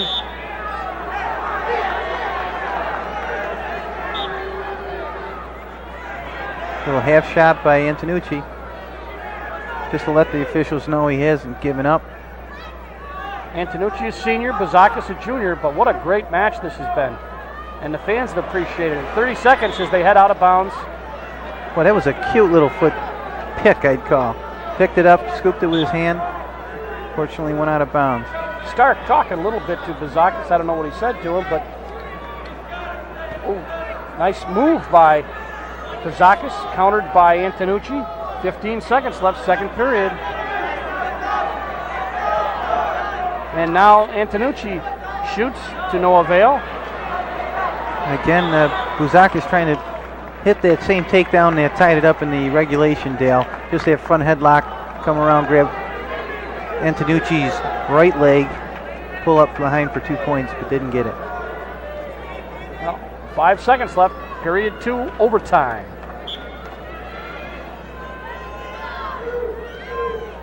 And that will be it for the overtime. Second period. We now move to the third period, and it will be choice for Bazakis, who takes bottom, which puts you in, I guess, maybe a little bit of an advantage. Yeah, he's in control of his own destiny right now, Dale. He can escape and get one. He can reverse. He can, and we'll see if Antonucci doesn't try to hold him down because he's up by 1. Crotch, elevate him, move, switch, step over. Oh, what a beautiful little counter. Bazakis, nothing yet. Out of trouble, should get 1. Oh, got no points at all. What a beautiful counter. Antonucci looked like he was in trouble and he got out of it. He was in a world of trouble, Dale, for an instant. 13 seconds gone, 47 left. Antonucci gets on Bazakis. I might want to add at this time, Dale, Bazakis has to get 1 point. If he does get his 1 point escape, Antonucci will win on criteria. So he has to get a 2 point move. Whoa, 46 seconds left. Pressure on Troy Bazakis, Section 9, Pine Bush. And the move is to the ankle by Antonucci in a tight waist. Now he throws legs. He's got both legs in. This is the first wrestler that's done that. Good time to use them. Both legs in. He's working that half. Power half to the right side, missed it. 30 seconds. He's stretching Buzakis out very nicely. That's the way it's done. With 25 seconds left. He's got to work for something. He's got the half. He's got it. He's got it deep. See, he's got to watch potentially dangerous right here. 10 seconds. 13 now. They're out of bounds. Oh boy. Oh boy, this is going to be a great finish. 12 Once again. seconds on the clock. 5-4. I'll tell you, Antonucci on top. Antonucci's starting to come away. I thought he was tired in the second period of regulation. Boy, they got a lot of people in this War Memorial rocking this place. Up, ankle pick. Up. No hand control. 8 seconds. 7, 6, 5, 4, 3, 2, 1. Upset City. Oh yeah. I wonder if he's happy, Dal. What a great match. What a class by Troy Bazakis. Absolutely. Just shook his hand, and that man, Andy Antonucci, did a super job out of Hilton High School, 118-pound state champ. What a super match. I am glad to see that Syracuse is one of the schools he may go to. That was an incredible bout. Super match, just tremendous. And now we're moving up to 126-pound. Joe Lopresti, also from Section 5, Spencerport, 39-1. Excellent wrestler. He's had some brothers who've been here, and Ed Moak out of Averill Park in Section 2 will be his opponent. 126 pounds, 31-1-1, 24 pins. So if anything can get better, I would be surprised. But these two guys, John, do you think they pick up a little bit like on that last match, the excitement, the upset, the momentum? Does it pass it on to the next guys in line? I don't think so, Dale. You know, in an individual sport like wrestling, I think just the wrestling championship, New York State, that's what it's all about. You get that. Every match is different. And up until this year, it's different. I think it is starting to snowball, at least today. Well, Lopresti and Moak. Lopresti in the purple with the white down the side. Moak in the maroon Section 2. Yep. And Moak and Lopresti tie right up, go after one another. You know, there's got to be a lot of pressure on a kid like Bazakis, and he lost. I thought he handled it very well, and take nothing away from Andy Antonucci. He did a great job, but you can tell. I mean, he's been in wrestling for so many years, a lot of matches, and he's just a very classy guy. He lost, and he shook hands, did it very, very professionally. Well, right now we're at 126, and Joe Lopresti from Spencerport is in a little bit of trouble as Moak is bringing him back in from out of bounds. Tried to trip and missed it, and it cost him. It may cost him 2 points. No control as of yet. Now he's just going to get on and get control. He does. 2 points for Lopresti. But this is the third Lopresti brother that has been wrestling from Spencerport. And he's a senior, as is Moak. Averill Park High School in Averill Park, New York, Section 2, which is the Albany, Glens Falls area. And Averill Park area, obviously. Moak down by 2 as Lopresti working hard.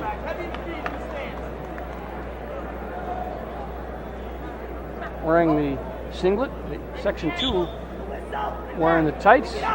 Not getting that hand control, as I've mentioned before. I'm kind of surprised. These guys are so good on their feet, I think they forget the basics on top and bottom a little bit.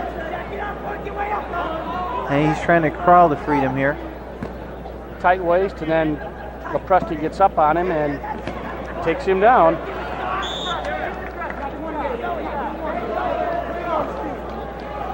Lopresti won his semifinal match 5-2. Moak won 4-2.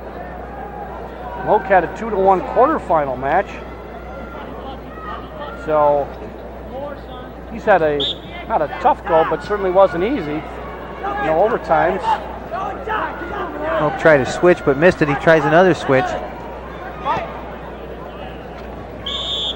And yet another switch going out of bounds. 16 seconds left. And you know, you get the feeling that things have slowed down a little bit. Just a little bit. Yeah. I'm wondering if the wrestlers aren't getting tired of watching all this. They're just getting caught up in all the excitement and a little bit nervous energy.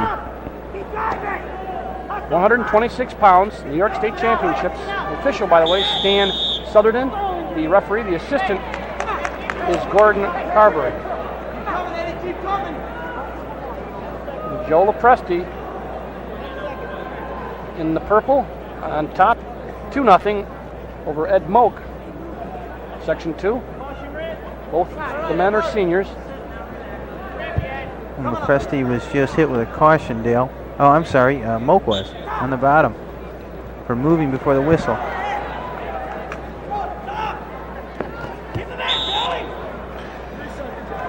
Boy, Lopresti is just a blanket on top. Yeah, he really is. He's all over it. He's no offense as far as pins are concerned, but he's just following him everywhere he goes. Does latch onto the ankle just in time. Second period now going to start. 2 more minutes, and Moak will start off on the bottom. Which hasn't been a very good position for him so far.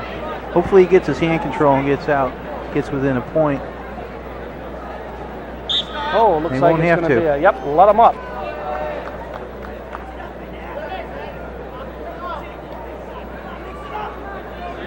Moak now gets 1 point on the uncontested escape. And he goes after Lopresti. Trying to hit a double leg tackle, but he's just not setting Lopresti up quite the way he should. Now he's underneath the arms, a little bit better, too far away. Once again, these guys do not look like they weigh 126 pounds. Lopresti a little taller and lankier than Moak. Moak gets in as Lopresti tries to counter. It's in that deep on his single leg again, but just can't pull Lopresti in. Off the mat. 119 left. And a little bit of an injury here to Lopresti. He kind of gimped off the mat. And they're going to start injury time. As they look at the knee. Unfortunately, they are looking at the knee. And unfortunately, injuries are a big part of any sport with contact involved, even without contact. I mean, just a pull here, a tear here. Doesn't look anything that's going to keep him from wrestling. Hopefully not. We've seen a lot of bloody noses so far, but yeah. Well, the knee obviously is such an in any sport, but really, especially this sport, because you're on your feet so much, you're down, you're on your knees. It really takes a lot of shock, and Lopresti is really favoring that, and I think it's going to get a little worse before it gets any better. But as you said, there's no tomorrow, and Lopresti is a senior. And he shoots. Right. Got in very deep, but Moak counters, at least for the moment. Lopresti changed off to a single to a double. Scooped it with a leg, nothing yet. And Moak still battling, beautiful counters. Moak did I thought he was in a lot of trouble, and his coach did too. Moak did a great job of getting out of that.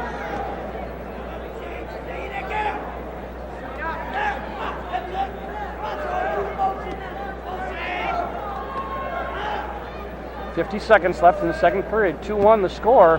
Moak down by 1 to Joe Lopresti from Spencerport. Moak out of Averill Park.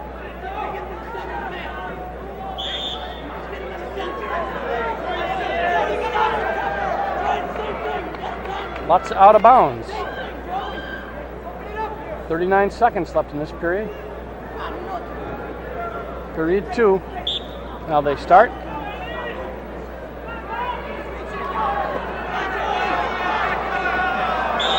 Both wrestlers really are shooting on their feet. I'm kind of surprised that Joe Lopresti let Moak up as he did and hasn't shot in the whole period except for that one flurry.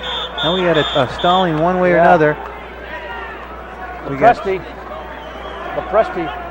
1 point red. Yeah. That should tie it up, Dale. 2-2. Yep. I didn't realize Lopresti had been warned. Oh, maybe it was but apparently he had been, and that was going to cost him 1 point, and he's backing up again. I think his knees bother him a little bit. 17 seconds left in period 2. 2 up. He does step back for a second, shoots in a double, but he gets caught with his head underneath. Got to get out to the side, one way or another. Or back out. That's a good choice. Almost over, period 2, winding down. That's going to do it for period 2 when it stays 2-2. Green will be Lepresti, and he's going to take a timeout as they check the nose and leg. There's the score. Dale, I can't remember a state championship with so many close bouts, at least in the recent future, or recent past. It's just amazing. Well, one of the things that we had said that it seemed that in the last couple of years, maybe especially the semis, seem to be more exciting than the finals. That's right. And I saw some great matches today, and boy, they were just topped off. The first couple weight classes were just phenomenal today. And this has been a good match, just simply not as frenetic pace-wise as the other two matches. We're down in the final 2 minutes, and the score is 2-2. You couldn't ask for anything closer. Great. And the third and final period is underway. Moak bringing Lepresti down. Moak's strong. Deceptively, he doesn't look like he would be that strong, and he has been, and he's quick. Right now, he's going to have to be if he's going to get away from Lepresti's switch. He fights up, going to get up 1 instead of 2, but he's down by 1 now, 3-2. Lepresti makes a nice move, a duck under, and they not out of bounds yet. Close enough. Not out of bounds. I think he heard you, Dale, and he just wanted you to prolong that lot of bounds. And they're going to cut injury time again for Lepresti, who is gimping a little bit more on that leg, and that's Moak's coaches. Those are Moak's coaches talking to him, and he is down by 1 point. Now they're looking at Lepresti. The officials are overlooking, and the one official has the injury clock to make sure they do not go over. And they're going to 1:31 left. 1:31. The two seniors. Started in November. It's March.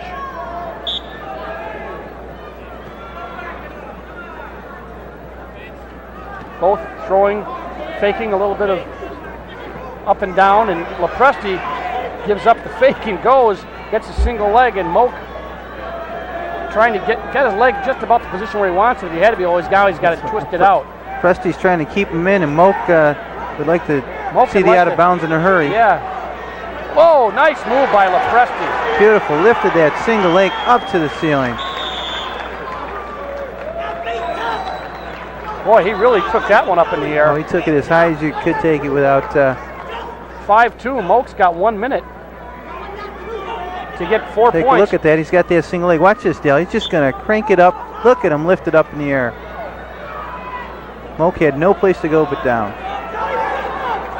And he's trying to get at least 1 point here. And he does. Does right there, 5-3. A lot of time left, Take down away from another overtime, huh? Okay, now we're going to get the Lepresti. Lepresti better be careful here, Dale, especially if Moak comes up with 2 points and they go into overtime, because as we stated earlier today, the injury timeout is accumulative and carries over into the overtime, and if he can't participate and he has to call timeout, the match will be over. Oh, they're going to look for 1 point there. They got it. 1 point. Lepresti gives up as he went backwards faster than Moak was pressing him. Now it's 5-4. Moak's a takedown away from a lead. 30 seconds. Presti in with a double leg that heads to the outside where it should be. Just can't come up with the 2 points.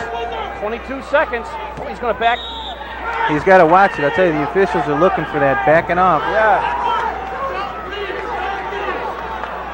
Coaches. Moak's coach is telling him not to reach, and Lepresti backing off again. Moak very close to 2 points here if he can keep Lepresti's head down. 10 seconds. He's not going to get it, I don't think. It's going to be 7, close. 6, 5, 4. And Lepresti moving up better in his position. Now. Oh, they keep getting better. 5-4. Joe Lepresti from Spencerport beats Ed Moak out of Averill Park. Great match. continuing on the tradition in this 1989 state championship of having great matches.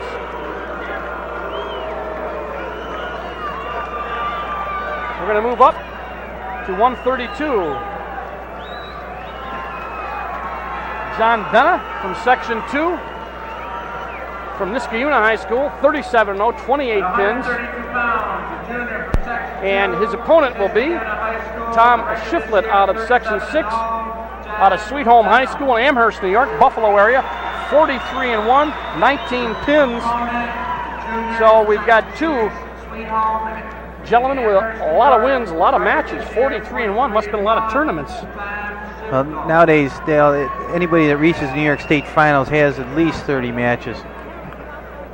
Well, Section 6 in the orange, and Shiflett has a thumb heavily bandaged. Benna from Niskayuna in the maroon, shorter of the two wrestlers. Officials for this, Dick DeMott and Dick Meldrum, the assistant.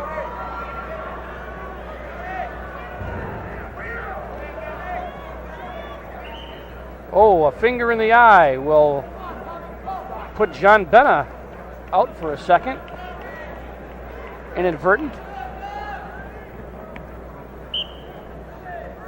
Yeah, I watched Shiflett this afternoon, and boy, I tell you, he just out-muscled his opponent. He doesn't look probably as strong as he is, but boy, he is tough. Lots of length on him. Shiflett 21-8. Nice deep Semi. double leg change off to a single. Then he goes up to a body lock, but he runs out of mat. Like to see that. Well, Shiflett's only a junior, and Benna is a senior. Both have a lot of pins. Benna's got 28, 19 for Shiflett during the season. 1 minute left in the first period, 3 2-minute periods. Getting in almost deep on that double leg. Kind of feeling each other out. But you can see Shiflett in the orange, taller. Sometimes it gives you some nice leverage, and sometimes it leaves your legs unprotected a little bit. And in deep, Benna is. Oh! But again, I think the out of bounds may come into play. Official Dick DeMott says they're out of bounds. The assistant agrees.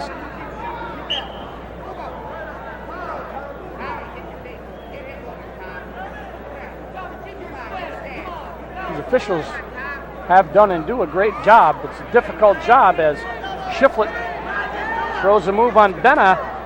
He can't quite get him to Benna. Steps over legs. That could be all over. Oh, what a beautiful move by Shiflett, and all of a sudden, a step over by John Benna. Wow. We'll have to see that on replay if we've got it. It's almost unbelievable. Shiflett out of Sweet Home, the junior, got caught as he went over on his back, and Benna threw legs and pinned him.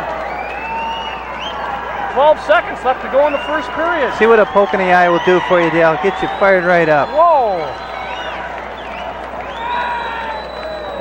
Great. Right there, you Great. see a father and son act right there, Dale. That's his Coach coach, Ben. that's right. 132 pounds, John Benna out of Niskayuna High School pins Tom Shiflett from Sweet Home High School. Here's the take replay. another look at it. Here he's in on that single. Goes up. And here's where John Benna steps over, locks the legs. Beautiful. Look at that. Hooks both underarms. Elevated the back, had both those shoulder blades down. Great action. Right place, right time. John Benna, state champ, 132 pounds. We'll be back at the Onondaga War Memorial with more wrestling action right after this.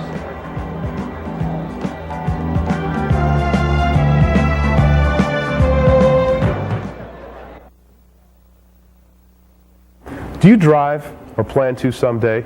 If so, there are two facts you really should know. Fact one, people should worry about new drivers.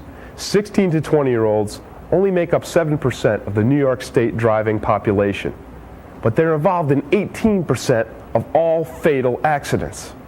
Fact 2, people should worry, period. 50% of all New York State drivers will be involved in at least one alcohol-related accident. Those are bad odds. 1 out of every 2. Will it be me or you?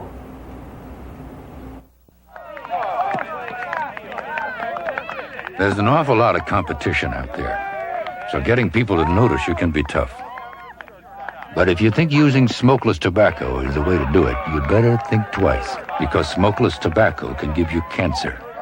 Cancer of the tongue, the gums, the mouth. You could end up facing life without a cheek or a jaw. And just imagine how tough that would be.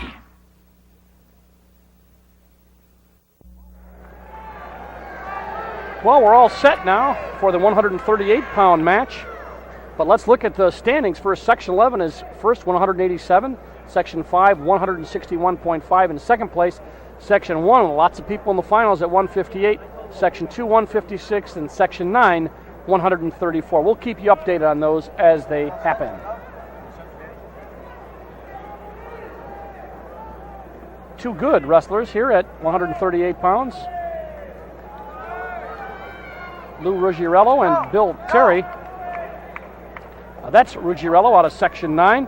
He's 36-0, 28 pins, and he is out of Valley Central in Section 9. Montgomery's his hometown. There's Bill Terry out of Freeport in Section 8, and Bill Terry is right at the whistle,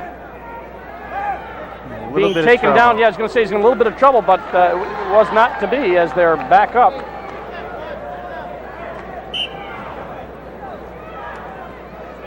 $138 pounds, New York State Championship.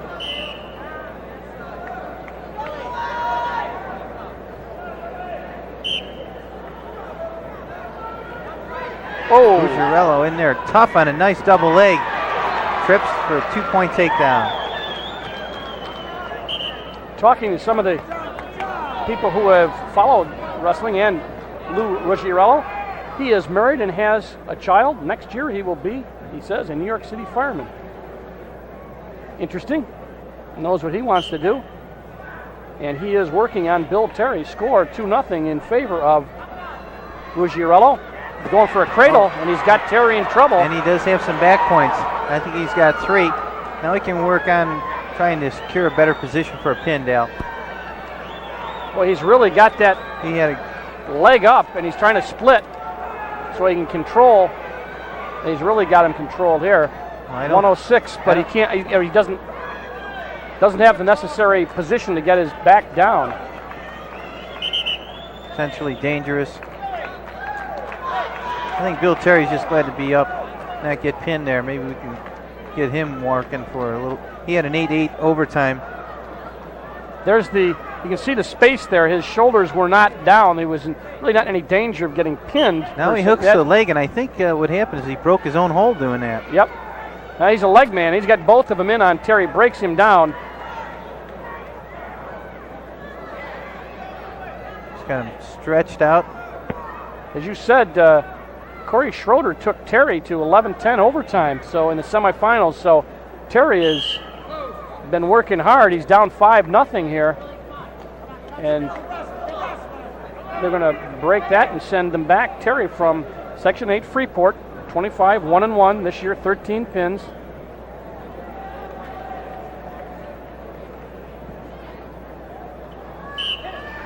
Down by 5 as Ruggiero tries to control him, but Terry's up. Both these guys are lanky, 138 pounds. And Terry does get the 1-point escape. Wasn't sure if he had the arm from the middle of the back off or not. Official said yes, 3.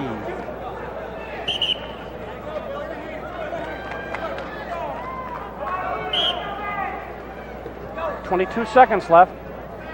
Joe Rizzo, the main referee, with assistance by Bill Stark, 138 pounds. And Terry is trying to get something going on Ruggiero as they head out of bounds. 6 seconds left, 5-1 the score. I don't think Bill Terry's too worried at this point. He threw a lot of moves in the semifinal bout. with that 11-10 overtime victory. I think second and third period he'll come alive a little bit. Well, he's got the second period coming right up now as they flip, and Terry is going to check the official, and he says Green takes down. He's going to try to get one of those points back in a hurry. Terry looks calm. As you said, he's down by 4 points, but I did not see him in the semis. He said he has a lot of movement. We'll see how he does against Ruggiero. Ruggiero gets the ankle right away. And don't forget, Ruggiero has thrown legs, and looks like we will see some of that as they continue.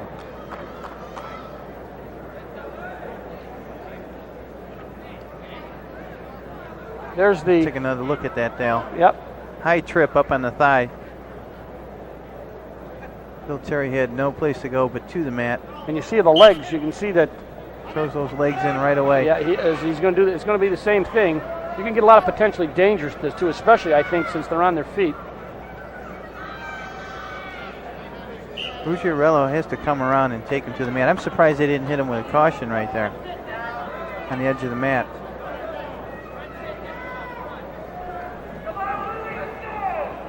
Section 8 from Long Island, Nassau County, part of Long Island as opposed to Suffolk.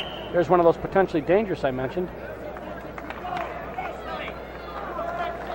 This looks like this is going to be a long match.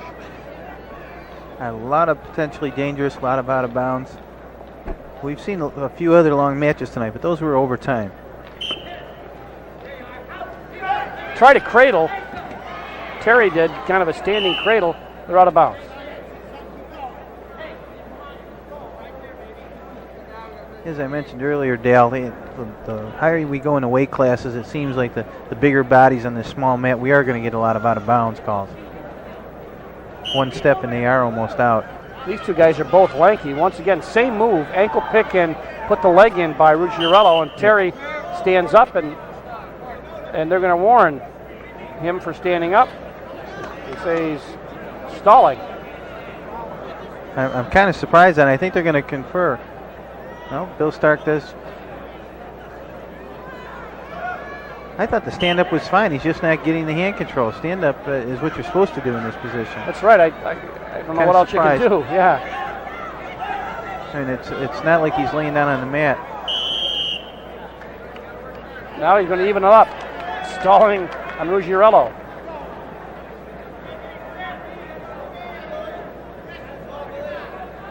So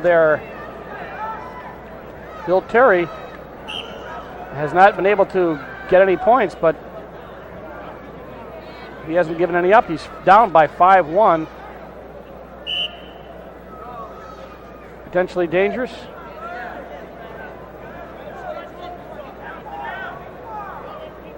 Leg wrestling. 1 minute left in the second period, Dale. I'm getting a little worried for Bill Terry. We've been so used to the last four matches being so close that he's going to have to start now to get any points. Had a little better movement there, but he ran on a mat. I thought he was starting to turn in and face Ruggiero, but he was not able to do it. He's got to bounds. He's going to have to move a little quicker off the whistle. If he can beat Lou to the, and he did just that. He moved a little quicker, there but he's goes. still not out. He can't clear his legs in time. A little bit slow. He was out the door. 40 seconds left, second period. Out of bounds.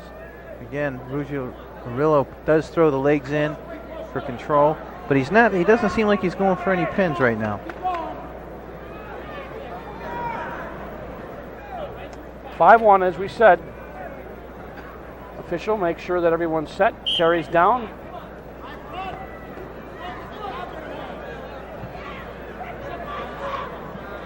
There's the leg.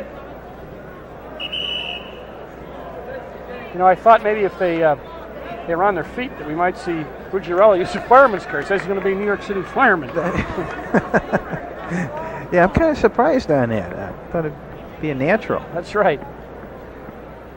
But the match isn't over yet. Maybe we'll see that. Terry trying to keep him from getting the leg in, but Ruggiero has no problems getting that leg in. No, I'm surprised that they're calling so many cautions. 6-1 now. They give a point. And the fans starting to get into this one. With 18 seconds left in the second period. Bill Terry from Freeport on Long Island, Section 8. He tries to get a switch. Again, that lack of hand control. All that energy for nothing, Dale. Ending the second period. I think the officials, when they're taking a look at Bill Terry standing up, not really looking for that control. So they are calling him for stalling. He's not aggressively trying to better his position. We'll see what he does on top. Needs a whole bunch of points, 2 minutes to go. 5 points to tie, 6 to win for the man on top. Bill Terry, let's see what he does. He works on Lou Ruggiero, and strange enough, they go out of bounds. That's a little bit different. And we've been averaging about 5 to 10 seconds worth of wrestling before there's a break. They should be well rested at the end of this.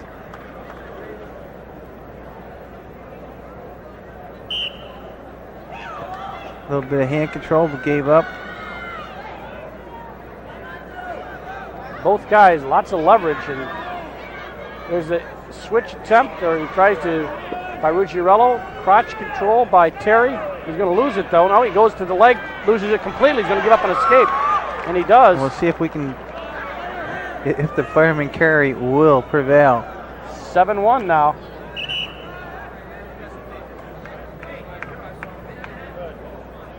In favor of Lou Ruggiero out of Valley Central High School. Hometown, Montgomery, New York. As we said, Section 9. He was undefeated this year. Overall record 146-16.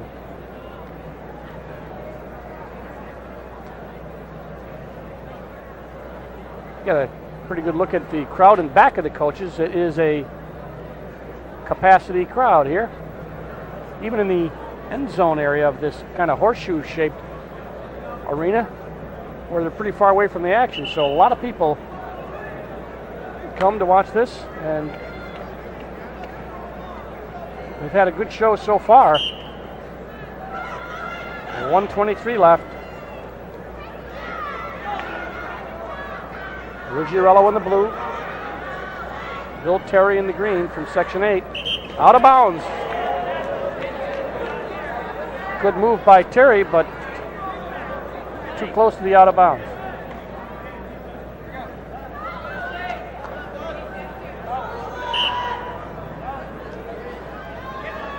Ruggiero in deep on the double leg. I made a mistake. He went up to around the back, but back down to the single leg.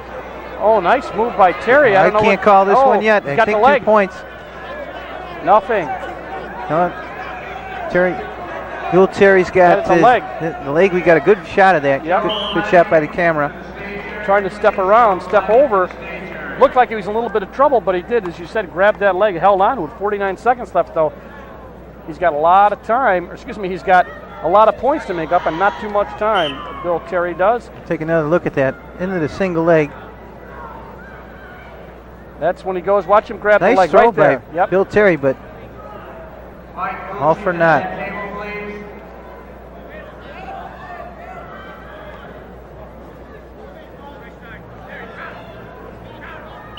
Right close to that out of bounds again. 29 seconds left in this match. The slowest action-wise of the evening, 138 pounds.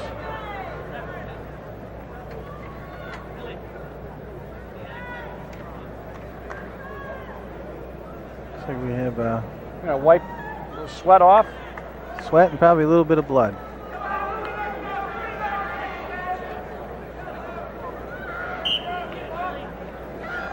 Shoot by Ruggiero. Terry really not able to do much with him. Not able to get his offense going. His best move was real close to the out of bounds and ended up out of bounds. So I think he's just getting out muscled right here. See, he's fitting him with everything here on the out of bounds line and not even budging. No, Ruggiero very Ruggiero. strong. Yeah, that's And now the New York State champion. Ruggiero wins 7-1 over Bill Terry. So Ruggiero, who is married and has a child and next year will be a New York City fireman, is the New York State champ at 138 pounds. Next, we move up to 145 pounds. There's Lou Ruggiero, 138-pound state champ, and we'll be right back after this words.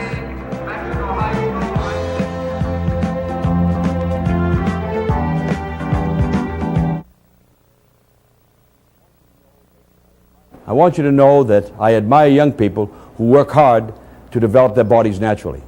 I pity those that take shortcuts like steroids. Steroids are bad. So why take something that can really mess with your mind as well as your body? Steroid use is a major health risk because it's impossible to use them without suffering some major side effects. Athletes who take them often lose more than they win, sometimes even their lives. Here we are, set for 145 pounds. Nice matchup. Don Duell from Section 3 and Jamie St. John from Section 11. There's Duell with the modified mohawk, no hair. He is 38-1 out of Mexico High School. There's Jamie St. John, 36-0 out of Port Jefferson and Section 11. So nice matchup, 3 against 11. Long Island's traditionally strong section. Not a lot of guys in the finals, but very, very good quality wrestling, and they will or should be on their way to winning this championship team-wise. But right now, Don Duell from Mexico is working hard to get Jamie St. John from Port Jefferson down. He gets St. John down for 2 points. St. John very muscular with a brace on the knee there. Duell was kind of a surprise, John. People didn't think that he might get out of the Section 3 tournament. That's right, Dale. He was surprised to make the team, and I think a surprise to some people, probably not to him, that he's in the state championship finals. And it looks like his hair is growing back a little bit, too, though, since this morning. 2-1 now lead for Duell. Oh, he gets the knee, loses it. Lots of pushing and shoving here as he shoots on St. John. St. John, a little shorter, a little more muscular, John. And both guys working hard. Don't try to shrug him by, throw him by. Whizzer now by St. John. Nothing, out of bounds. Two very strong wrestlers, Dale. And the finesse moves aren't coming right now. They're just pushing and shoving right now. Yeah, this is. I think Duell's got to watch that attempt at a takedown. And I think it cost him right there. He got too stretched out. Yep. Lost his base, and it cost him 2 points. He's taller than St. John, but he really did get stretched out. It was down on his knees a lot. 30 seconds left. It's a 3-2. St. John now working the armbar match, and St. John on top, score-wise and position-wise, as he rides Don Duell from Mexico. St. John out of Port Jefferson, and now he has got, or attempted to get, an arm bar and bring Duell to the mat. 5 seconds left, period 1. And that will end the first period with a 3-2 advantage to Section 11's Jamie St. John.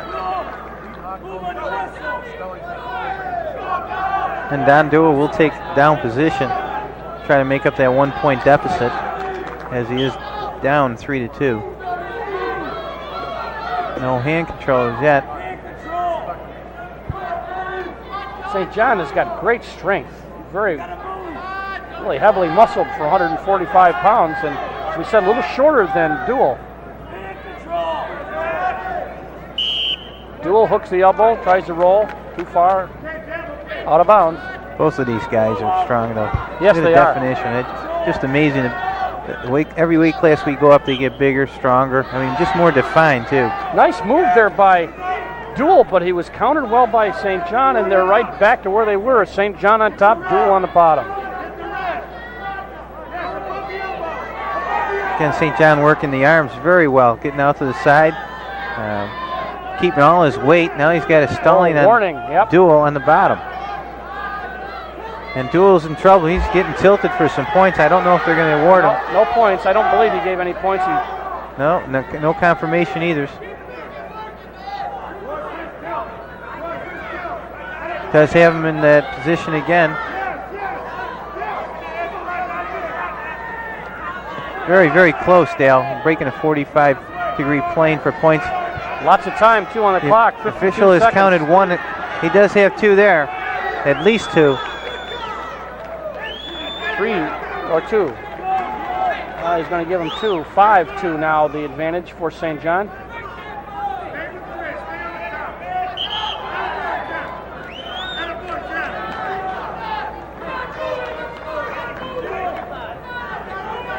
And with 35 seconds left in the second period, I think Don Duel better get out from bottom and try to tie this match up. Yeah, momentum-wise, it's really gone to St. John. He's only down by 3, Don Duel is, but really is not able to do much against St. John. Does he get anything there? He does have 1 point. Yeah. You know, it's surprising that you do see the momentum swings, and for 6 minutes of wrestling, it doesn't seem like a lot. In other sports, you can do it over a quarter or a period. Oh, nice head control.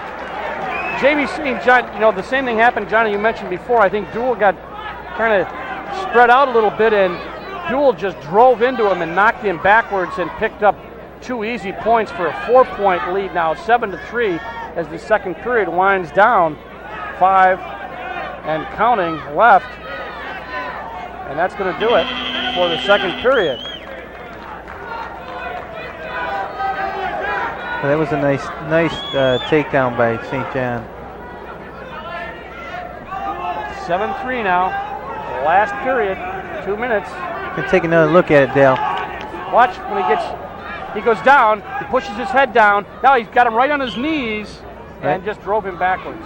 Duel just did not react to his own shot once he was stopped. Yeah, once he spread out, then went back in that position, and St. John looked like a football player. Now Duel's got a one-on-one with an arm bar. Could have got some back points, but it went back to St. John's stomach. Now he's got 138 to get 5 points to win, 4 to tie. And he's cranking on that arm. He's trying to walk that arm bar up over St. John's head, bring him to his back for some back points. All he needs is a couple of 2-pointers, and there's stalling on the bottom man, St. John. Leg attempt, St. John escapes. 8-3. See what St. John has been. See the head control again. He's driving the head down and then able to get around. He does the same attempt that he did before, but Duel a little faster in reacting. Duel's got to shoot with his head up. When he shoots in, Dale, he gets just about in there, and his face is right flat on the mat.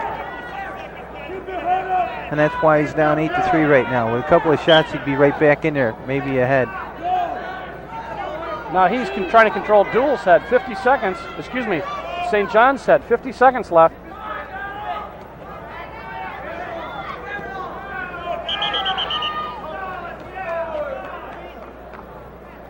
The referee is going to, a real shot in the head by Jamie St. John. Took a shot in the head from Duel. They were going for a takedown. Yeah, I think he's all right. Yeah, with Duel shooting in with his head down, I don't think he sees what he's hitting. Usually it's St. John's stomach, but this time it was his head. Look at their head on head. Yep.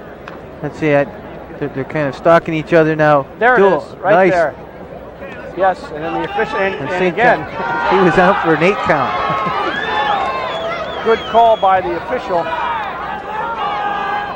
Good action by the camera crew here. That was just great slow-mo replay, nice. guys. Yep.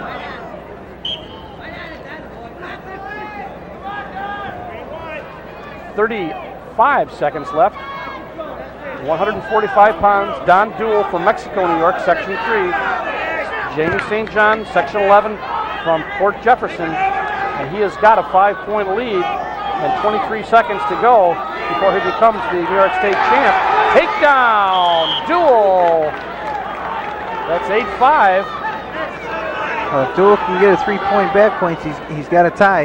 Got 16 seconds to do it. But plenty of time. Yeah, and you watch and see if maybe Jamie St. John doesn't just stand straight up.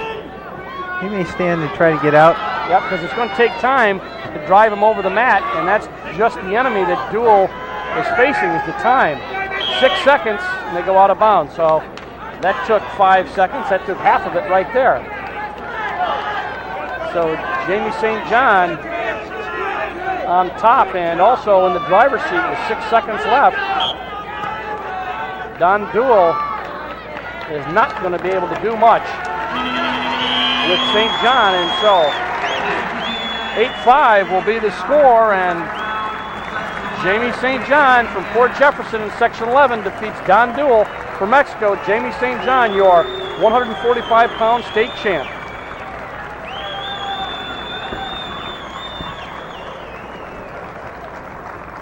Next, we move to 155. J.J. Stanbro out of Section 4. One of the guys we talked about has the career win record in Section, actually in the state. And Seamus Lyman out of Watertown, Section 3. Okay, this is says opponent. yes. Garden. Lyman 32-0-1. Stanbro 38-0, but he's got 188, 34-1. Unbelievable, John. And yet, that's Lyman from Section 3, Watertown, New York. But Stanbro, this is his first time in the States, but he has been wrestling since he was in 7th grade. So he's got more matches right now through high school and probably 8th grade than most people do through their high school and college career. Lyman from Section 3 wearing the Day Glow sneakers. Stanbro by the way, out of Johnson City High School in Section 4. Lyman out of Watertown High School. Lyman's only a junior. Stanbro a senior. And he would dearly love to win the state championship. Nice ankle pick by Stanbro. And he does not get any points yet as Lyman comes back. Lyman's playing that edge perfectly. They go out of bounds. Stanbro very fast for 155 pounds, as is Lyman. I do like the socks, too. They match the sneakers perfectly, Dale. They don't match the outfit, but it looks good. Seamus Lyman, Watertown High School, north of Syracuse, up in Snow Country. J.J. Stanbro, Johnson City, down in Section 4. No score yet. 1:20 left in the first period. Both wrestlers still a little bit apprehensive, Dale. I don't think they're into the groove of the match yet. Yeah, no rhythm, just kind of pushing and shoving and checking the strength. Stanbro, I think if he would have got that single leg, things would have opened up a little quicker. Now that he didn't, he's kind of second guessing. Good head control by Stanbro, but Lyman counters well. And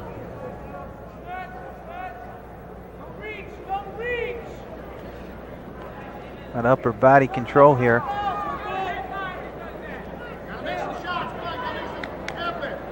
Little snap and go by Seamus Lyman.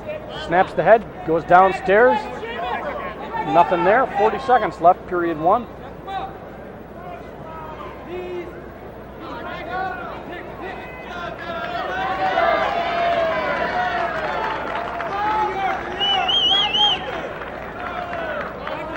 Both men working hard, but no points to show for it. 20 seconds left, period 1.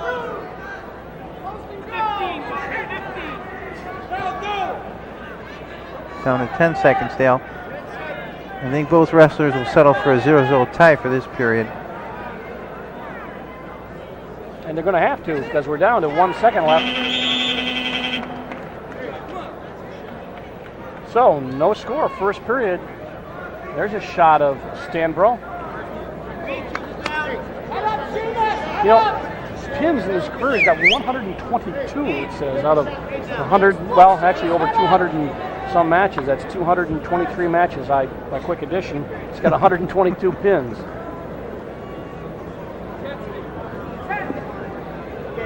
Lyman on the bottom. junior, 32-0-1, tied once this year. Stanbro trying to cradle, doesn't get it. Lyman out, gets his 1 point escape. Stanbro right to upper body. Yeah, he's got really an going underhook. after him. Lyman wants nothing to do with it, pushing away. Things are starting to open up a little bit now. 1 point now for the green. Seamus Lyman.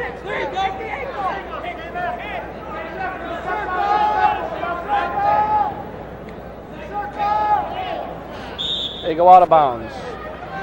1:31, second period. Lyman with a 1 point lead, but that isn't going to last. Or it's not going to, I don't think this is going to end 1-0. No, I wouldn't bet on it. Not from what we've seen already this evening. Lyman's got both thumbs taped. And by this time of the year, you're lucky that's the only thing you have to have taped. Shoots on Stanbro. Stanbro fights him off. But Deep on a single leg. He's very close to one. Oh, out of bounds. Nice job by Stanbro to fight out. He did fight it off. Had it deep. I thought I was going to call 2 points for a takedown, but just as I mentioned it, deep into that single leg. Kind of loses control of that left hand, Dale. Lots of strength, and we're going to come right back to the live action. And Lyman did get his 2 point takedown. yes, he did. So it's 3-0 now for Lyman. He's working on Stanbro. 45 seconds left in period 2. And things have quieted down a little bit as Lyman really works on Stanbro. 2-on-1 now. Well, this is the best Lyman's really looked in the tournament. He's kind of dodged a few bullets along the way, being behind in a few matches and coming up winning by 1 or 2 points. I guess you have to do that, huh? But hey, a win is a win. You get to the state championship. Here he is, and Was in a familiar position. He was here last year, took a second as a sophomore, so he's been there before. But he would, I'm sure, dearly love to replace that second with a first. Nice control of Stanbro by Seamus. Seamus Lyman is a nephew of 2 wrestlers from the Watertown area, Peter and Tom Capone, both state champions. I'm sure they're here pulling for Seamus. Well, he's 2 minutes away from a win, but Stanbro, the winningest wrestler in New York State history, has got that same 2 minutes to see if he can come up with the required points. He'd need 4 right now as he's down by 3, and he's on the bottom. He's in good position out of Johnson City High School. Oh, and he moved a little early there. Well, the referee said that was my fault, so he's not going to be cautioned. Seamus riding from offside more often than not. Stanbro's got to get up, got to get a few points here. And Lyman can't afford to relax either, so. Now 3 points, as we've seen it, the points are coming fast and furious in some of these other matches, and they can certainly come that way here too. They're near the out of bounds. Yeah, he looked to be a little bit of trouble, lost the position. I don't think he's going to lose any points. He may lose one here, Dale. He may lose it. Well, let's see. All depends on the official. Yeah. He dragged him out of bounds, but not before he lost control, and that will put him back on his feet with a 2-point advantage, 1:31 left. So this should make for an interesting match. I think it's going to get a whole lot closer here. He and Stanbro go head to head. Stanbro a little taller than Lyman.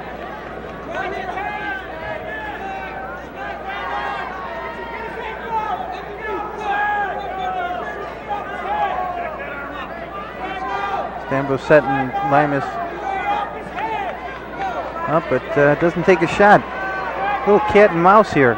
Nobody seems to want to take the shot. There's the shot. There's Stanbro in on a single. He's a little bit stretched out, no control. 1 minute left. Lyman has Stanbro's ankle from behind, now just lost it, just a hand through the crotch.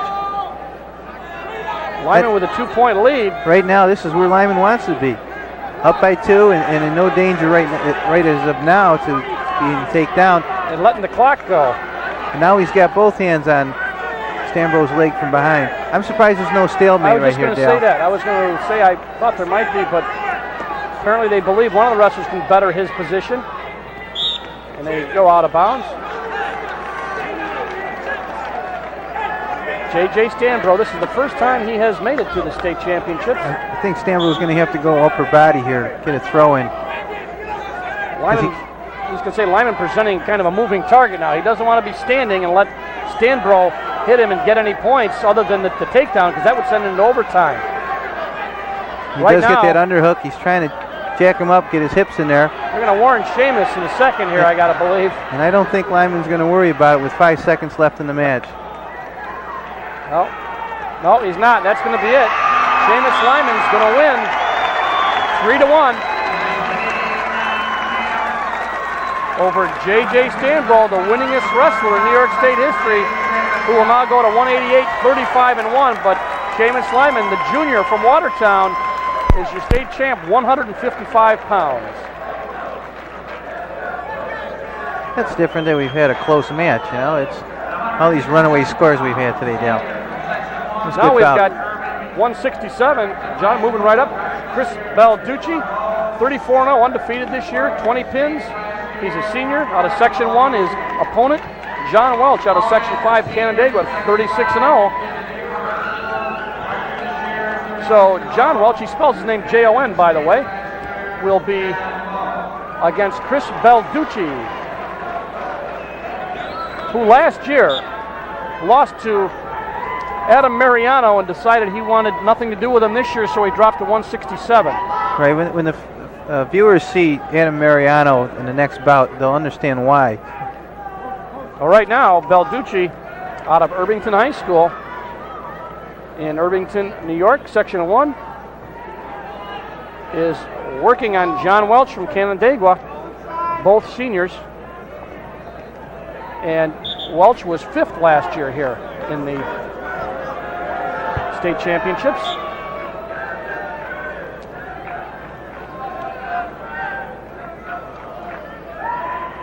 (3-1) is the score they have over there, and there is no score on the scoreboard, so they're going to have to change that. Yep. There is no score.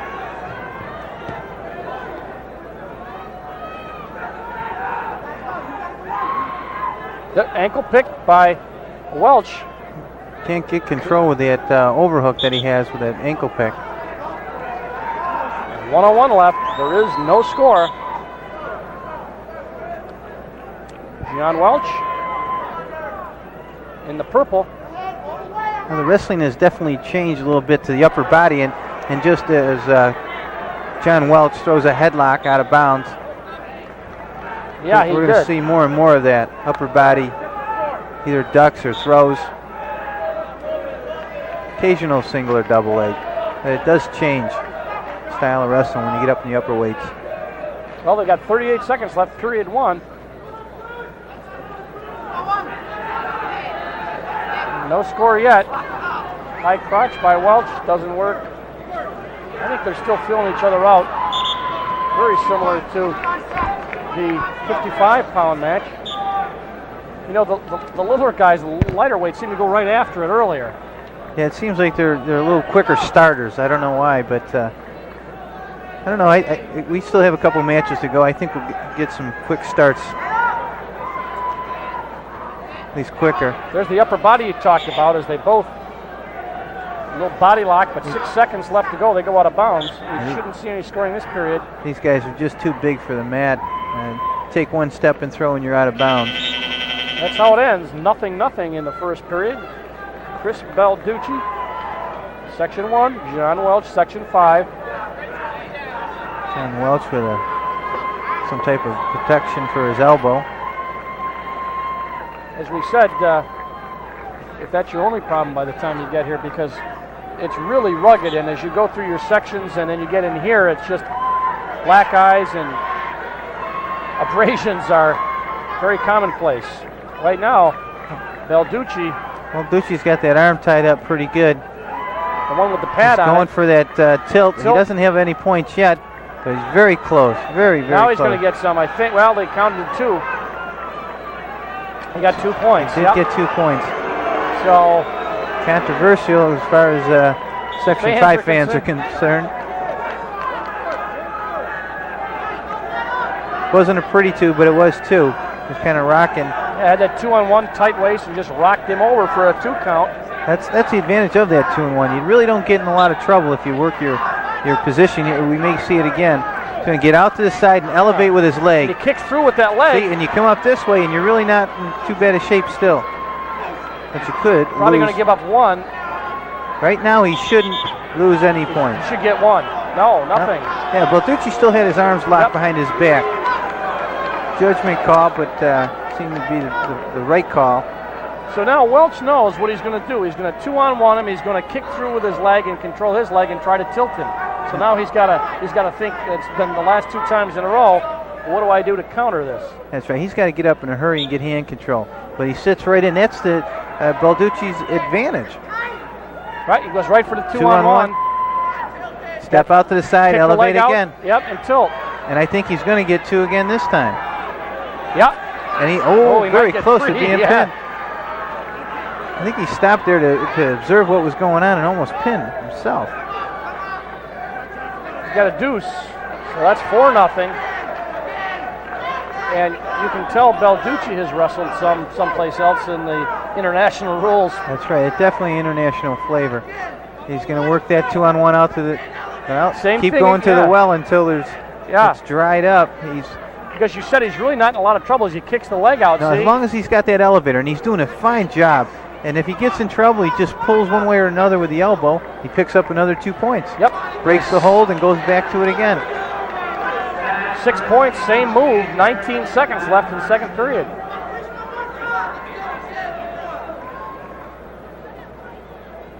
It's really a very effective move. And I'm surprised that we haven't seen a lot of that up till now. Oh, there he goes. He's got it again.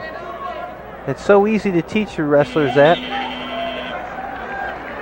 Well, he picked up 6 points on the same move. So Chris Balducci out of Section 1, Irvington High School, is 2 minutes away from a state championship.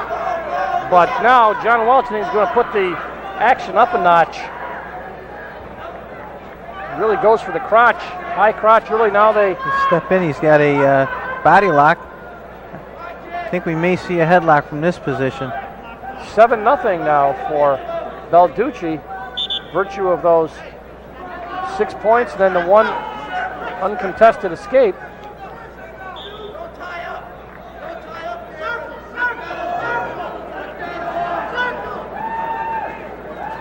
Tries to set up a fireman's, but gets caught with his arm back. 125. Balducci on his knees.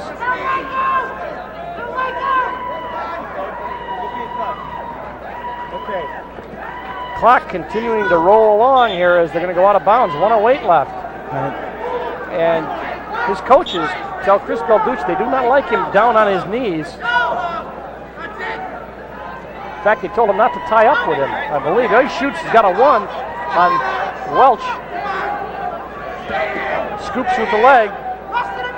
Scoops with the leg. He's not in too bad a position. He's not going to score any points, Dale, but he's not in too bad a position right where he is. Taking the clock down a couple of ticks, too. Taking it down a couple notches, and I think he's going to get a stalemate, which will bring him out of this position within a couple seconds here. Because even if Welch reversed him, he's in no back problem, so it would be 7-2. So that's right. You know, as far as I know, there's no 7-point moves.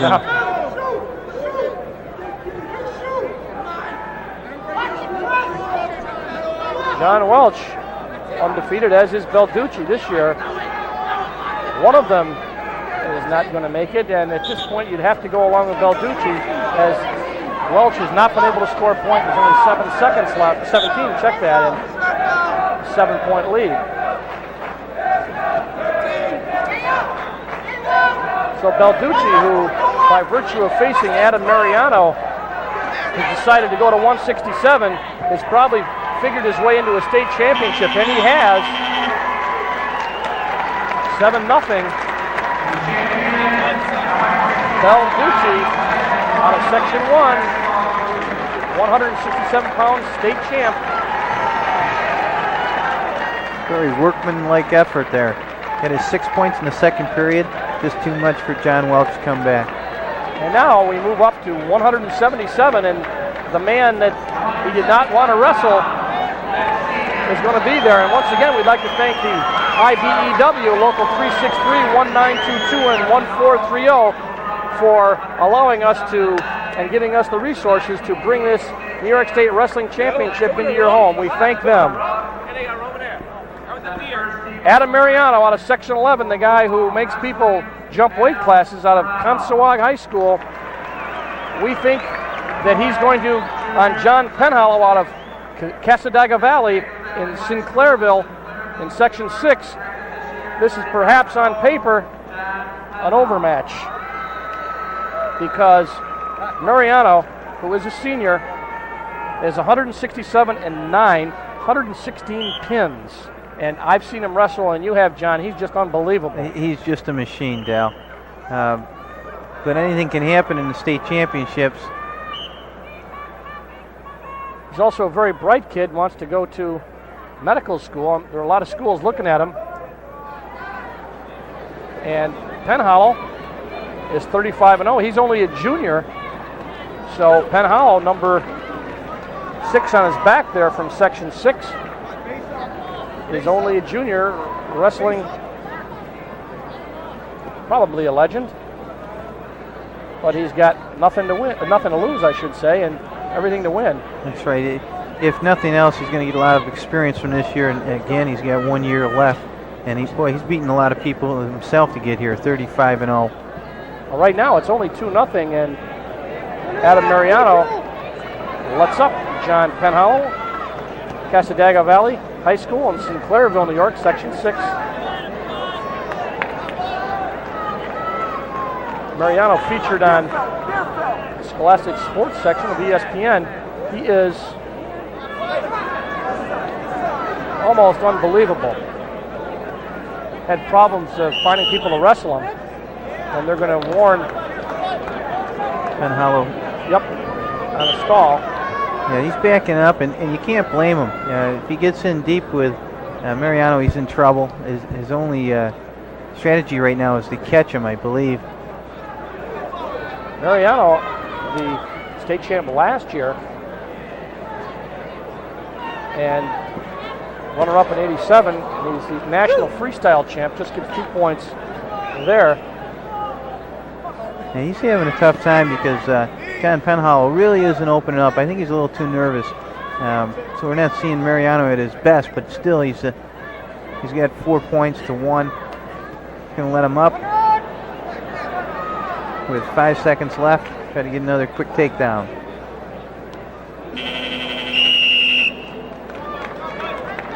He is all business when he's out there. He's very close crop hair. Keeping pretty loose, jumping up and down, making sure he doesn't tighten up. Whatever school gets him next year, what a catch, Dale. Play 37-0 with 37 pins. Look at the speed. 2 points there in reversal, and you can see the strength and the speed. And Penhallow, only a junior, really has not done badly because so far into this period too, I've seen people get pinned by Mariano. Yeah, he survived longer than a lot of people have this year. So he is going to get called for stalling. He's got to open up. If not, he'll be cautioned out. He can't keep backing up. I think Mariano pinned his way up here, or at least disqualified by scoring so many points all the way through the state tournament. 1:23 left, second period.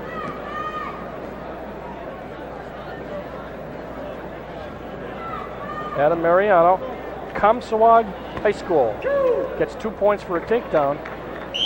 That was a nice slick little move, Dale. Little shrug down to a single leg, collapsed on it, put his weight on him, brought him down for 2.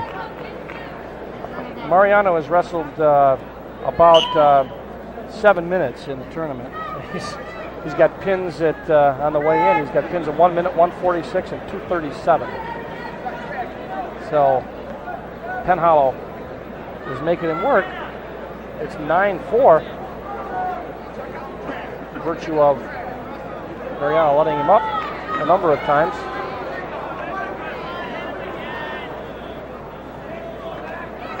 And Penn Hollow, out of his 35 wins, had 25 pins. As we said, he's only a junior. And sometimes this happens, though, Dale. You get a wrestler like Mariano, and you just kind of clam up a little bit. With Penn Hollow's record, he's obviously wrestled some very good wrestlers this year to get here, as well as the dual meet season. I think if he opened up, it would be a little better match for him. 22 seconds now in the second period.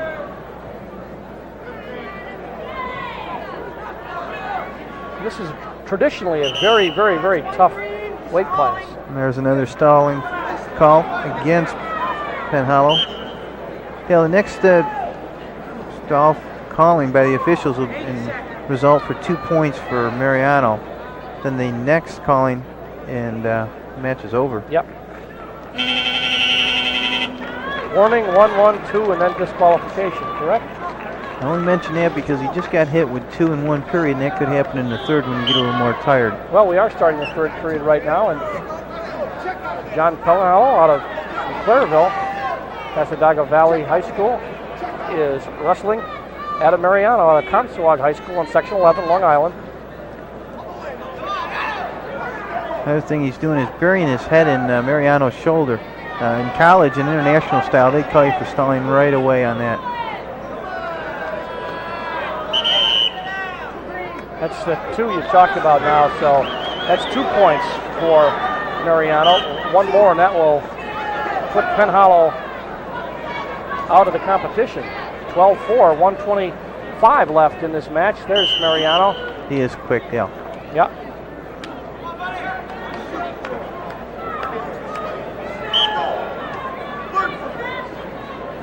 Very quick, and at 177, he might wrestle 190 in college. Oh, very. I would imagine he would. He's probably going to get bigger. That. Oh, yeah. Sure. Bigger and stronger. He'll get on a weight program. He'll be a solid 190 wrestler. And the folks got a kick out of that as Penn Hollow made a move, but they were out of bounds.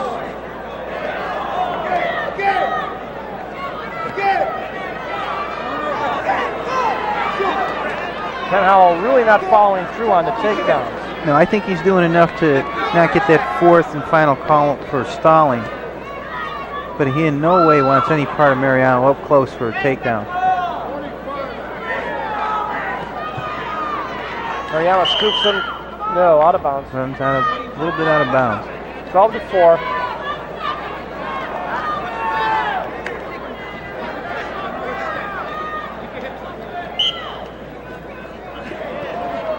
Penn Hollow just kind of a half-hearted attempt to control the head.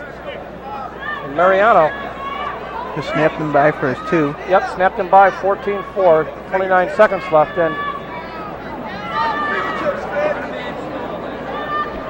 not perhaps what you might expect. Mariano just going about his business.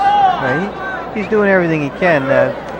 Penn Hollow, unfortunately, for him this year, hasn't opened up in the final match as he did in the semis and the quarterfinals.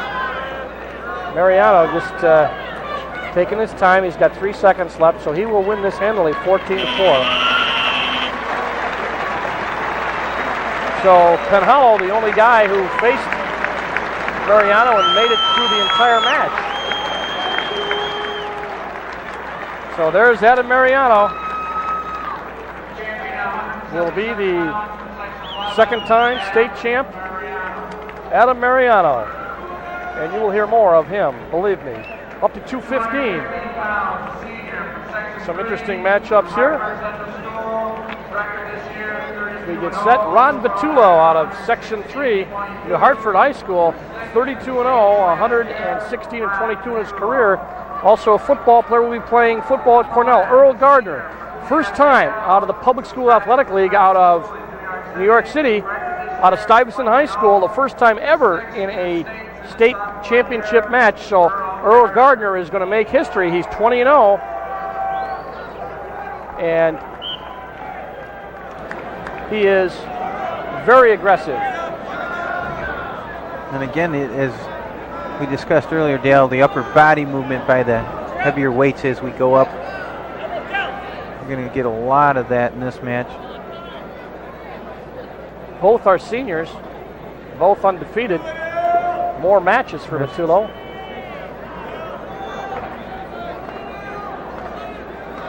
Gardner trying to get 2 underhooks and Vitulo with 2 overhooks. And they're both locking. Nice arm toss, but no points.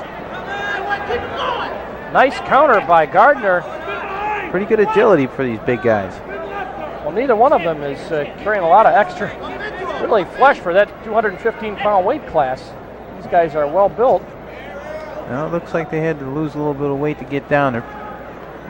Good shape. Both using upper body strength. It's got to be a real credit to Gardner. I remember when the sectionals or the state meet intersectional meet, they used to call it, didn't have almost, nope. Nice ankle pick, but again, Gardner comes out of it. Really a lot of bounce right there. But they never had the New York City schools, nor do they have any of the Catholic parochial schools. That's right. In the leagues. Now, everybody, this is truly a state championship. And with the way the section 11 and now 5 in second place, but then 2 and 1 coming up to challenge all weekend until the finals. I mean, it's just everything's coming around. It's all breaking out even. At least getting a little closer. Earl Gardner out of Stuyvesant High School in New York City. The first time ever for one of those athletes in the finals is up against Ron Vitulo, a tough one. Out Should of get the 2 points. Yeah, he's got him. Dick DeMott, the official referee, puts his hand up and signifies that that's the case. 2 points.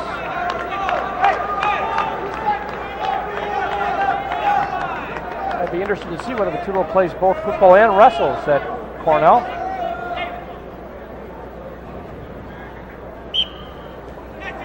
Nice move by Gardner. Good speed. 2-0, however, as we enter the second period.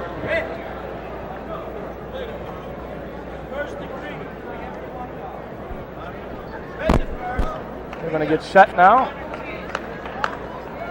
Start second period. Earl Gardner out of PSAL, Public School Athletic League, New York City, against Ron Vitulo from New Hartford, Section 3. 2-0, the advantage now for Vitulo.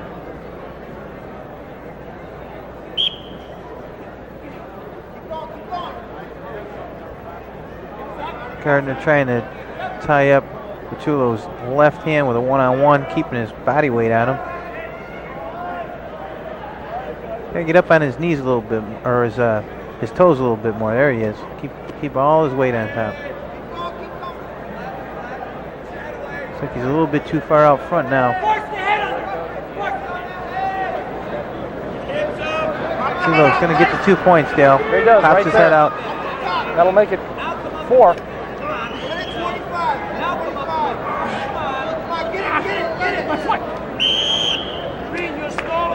Green, you're stalling, he says to Ron Vitulo, so that'll be a warning.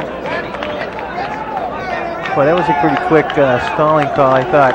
He just got control and came up, and within 5 seconds he was hit for stalling. He mentioned about the way he pushed his head or something, that I don't know. That was the... At any rate, now he's got an arm and... He's got the arm bar in. Now he's going to try to run it around Gardner's head, lost it. Now to a cradle, he's got it locked up. He's going to get some points, but I don't think he can pin him from this position. Oh!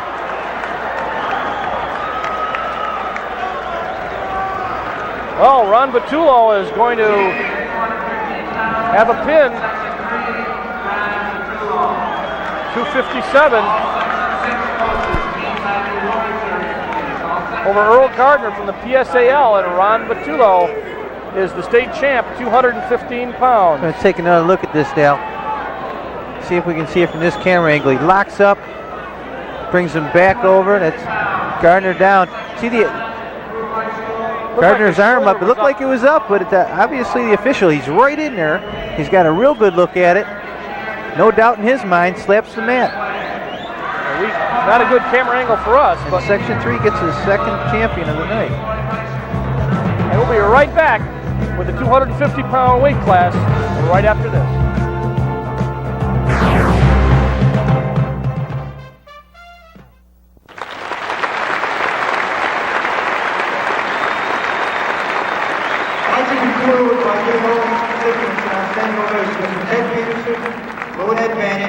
I worked hard for my Olympic medal, and I'd hate to lose it, especially over something as stupid as steroids.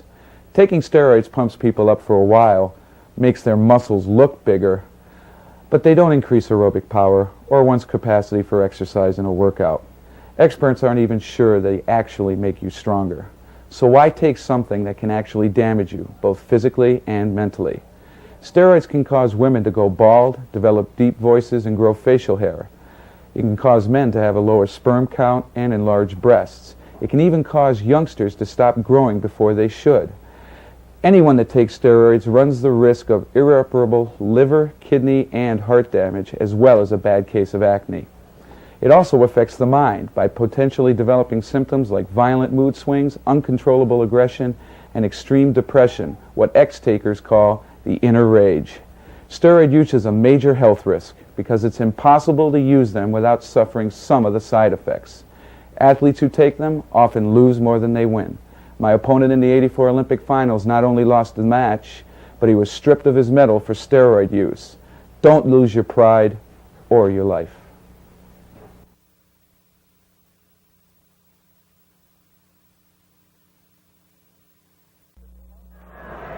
Got a rematch from last year, 250 pounds. Jeff Way, the returning state champ out of Section 7, against Bill Freiberger from Section 11. There's Way in the 250-pound class, 11-0 this year, and was the state champ. And this man won against him last year, Bill Freiberger from Section 11, William Floyd High School in Shirley on Long Island. Jeff Way out of Peru, so this 250-pound weight class.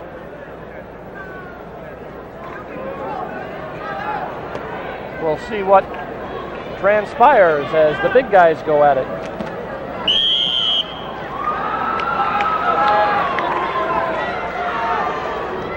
Looks like Freiberger's put on a little bit of weight from last year. Looks a little bit bigger. Both guys just locking up that upper body. And I think we got hip toss written all over this, Dale. And we got one there, and it's a miss by Jeff Way. Could cost him 2 points. Yes, it does. It costs him 2, and he's now the state champ, down by 2 to Bill Freiberger. Both seniors. As I said, this is a rematch of last year in which Jeff Way, who's now down by 2, won.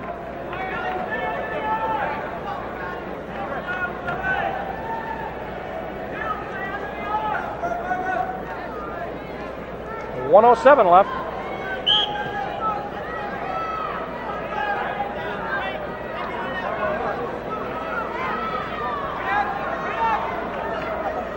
Way. Bill Freiberger trying to get out to the side, get a little bit of control here. Way on the bottom. Still moving, but you know, you look at the record. 11-0 this year means didn't have a lot of matches. No, this is like the 91-pounders, Dale. If they don't have 2 schools, that is, have 2 people to wrestle and have, what is this, 250 weight class, the match doesn't count for the meet. And of course, sometimes you have a tough time finding, even in tournaments, finding people who have that 250-pound person in their high school. That's right, and then one that has the ability to get out here with the big boys and the state championships and do well. Right now, Bill Freiberger in the blue from Section 11 is got a 2-point advantage over Jeff Way from Peru. Jeff Way's got to stand up. Can't be sitting out with all that weight on top of him. Well, he should get his 1 point. 1 point right there. He does. Try to step in, lock up for another toss. He's not afraid to throw. No. And you can see 5-point moves in this.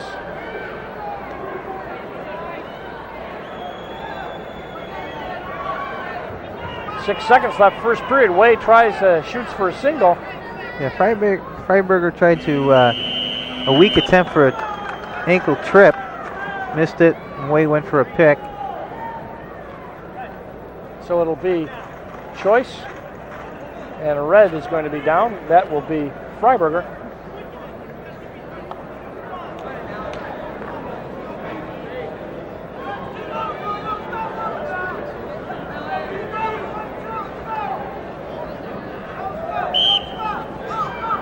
Let's see what Jeff Way has on top here. Looks like he's trying to run a Nelson from the knees. Can't quite get underneath. But these heavyweights just really use that weight perfectly. Just up on top of the shoulders. Yep. Forces the bottom man all kinds of trouble to get up to a neutral position. Look at that. Just working great. He's got to get out a little bit and work some pinning combinations, though. He's got that one-on-one. Could be a good place for that tilt out to the side with an elevator. Tries to get the leg up, and now he's got, one of the things there is, too, you still, even though you weigh 250, the guy on top of you weighs 250. It's a lot of effort to keep that off you, and to really got to be in good shape. And Freiberger is really getting worked on by Jeff Way. 2-1 is the score, and Way is down by 1 point. He is the reigning state champ, as he mentioned before. This is a rematch of last year.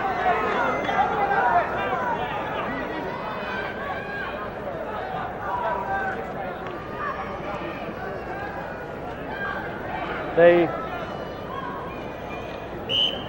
are the kind of guys that, I remember last year there was a lot of action all the way up through the entire match. I think being a senior year for both, though, they're both a little cautious, taking a little longer to make that move. He picks him up, dumps him to the mat, no control. Hey, no points. He's in trouble right here. He may give up 1 point.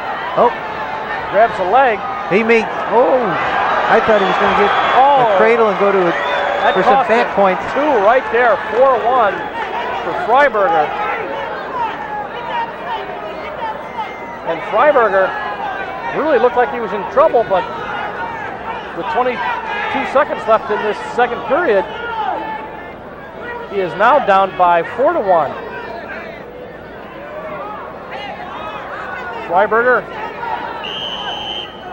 edges out of bounds.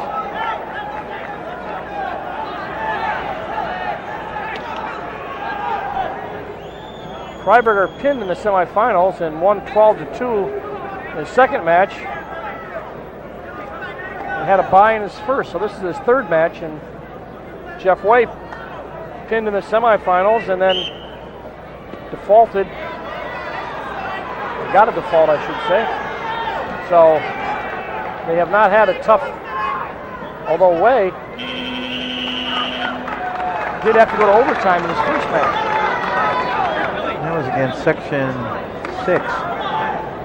Bandish from Not Section Bandish. 6. So Way did have a tough time. The reigning state champ was taking overtime in his first match. A good look at him. Big man out of Peru. I think it's a little easier to come in and upset the state champ last year than have be a two-time state champ and kind of worry your way through the championship. Yeah. Now we saw Mariano come out very aggressive, but then on the other hand, you can be a little cautious and say, okay, I can make the right moves and pull it out instead of aggressively going after it. And he finds himself down 4-1. Well, he's got 3 points to tie and 4 to win, and it's 150 last period. And don't forget, folks, that 5-point move is very prevalent in this weight class.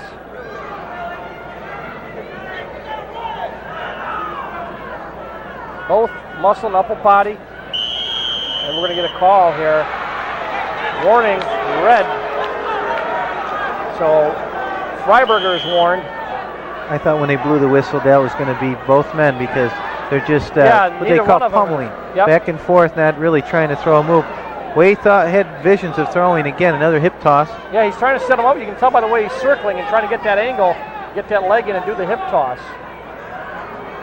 Now they switch positions. Freiberger locking his hands, but nowhere to go, out of bounds. 111 left in this 250-pound weight category. Jeff Way from Peru, the reigning state champ in Section 7 in the gray, against Bill Freiberger from Shirley on Long Island, and there's going to be another stall. There's a double. Both ways, 1 point, though. It's going to cost Freiberg. Now 2 points will tie it up. Gets a takedown, sends it into overtime. 4-2 now. Under a minute, 57 seconds.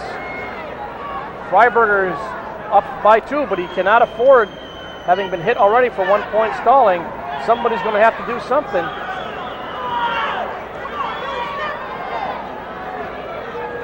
And see that hip toss coming. Jeff Way. He's pushing in. Yep. Both We're going to do men. it again. It's going to cost another one. Now it's 4-3. No, excuse me. Should They'll be both one get a each, point. right? Yeah, so it won't hurt them. It'll be 5-3. But now it's 2 points when Way gets it again, if he does, and that'll put it at 1 point again. He's 6'5", so we'll see. Jeff Way shoots in on a double leg, misses it, backs out nicely. Well, you know, then that's Freiberger's pretty smart, because it will be a 2-on-1, right? That's right. And then he would be, and I don't still be ahead. We'd never get it 2 cautions in 20 seconds. 12 seconds. This could be an upset of minor proportions, since these two were battling each other last year. Freiberger on top by 2, 5-3, 7 seconds. Way's got to hope he can tie it up. There's the hip toss. That's it. Revenge. Turnabout. That's right. So in 250 pounds, Jeff Way, the returning state champ, is beaten by the man that he beat last year for the championship, Bill Freiberger. So Bill Freiberger is your state champ, 250 pounds, out of Section 11. And we'll be back with some interviews, and we'll talk to some people in just a moment.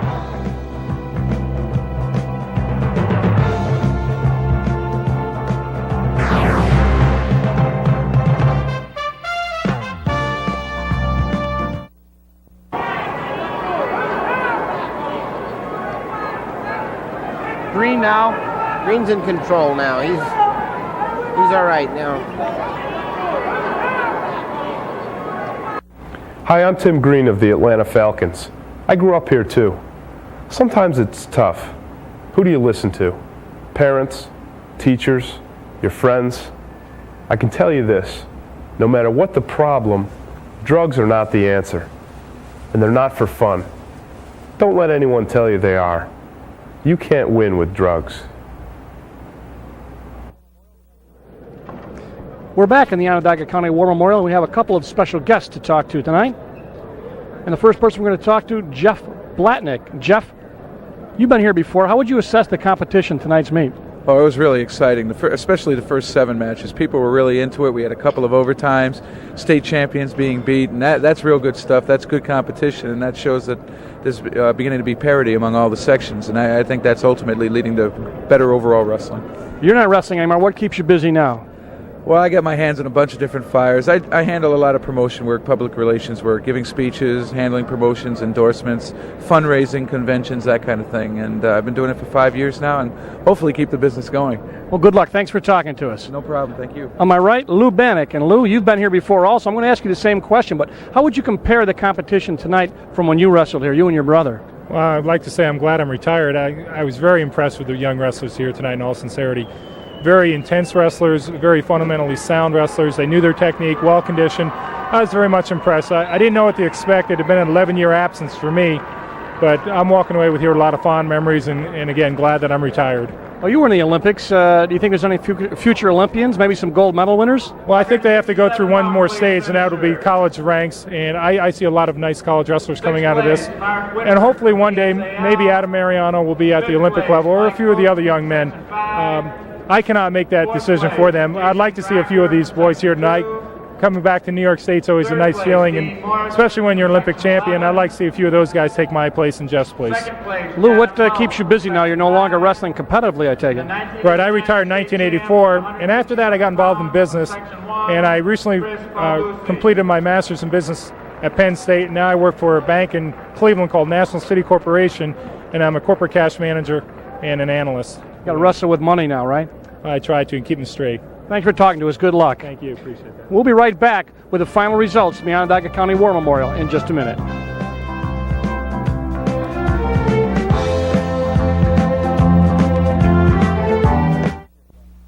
Maybe you recognize me.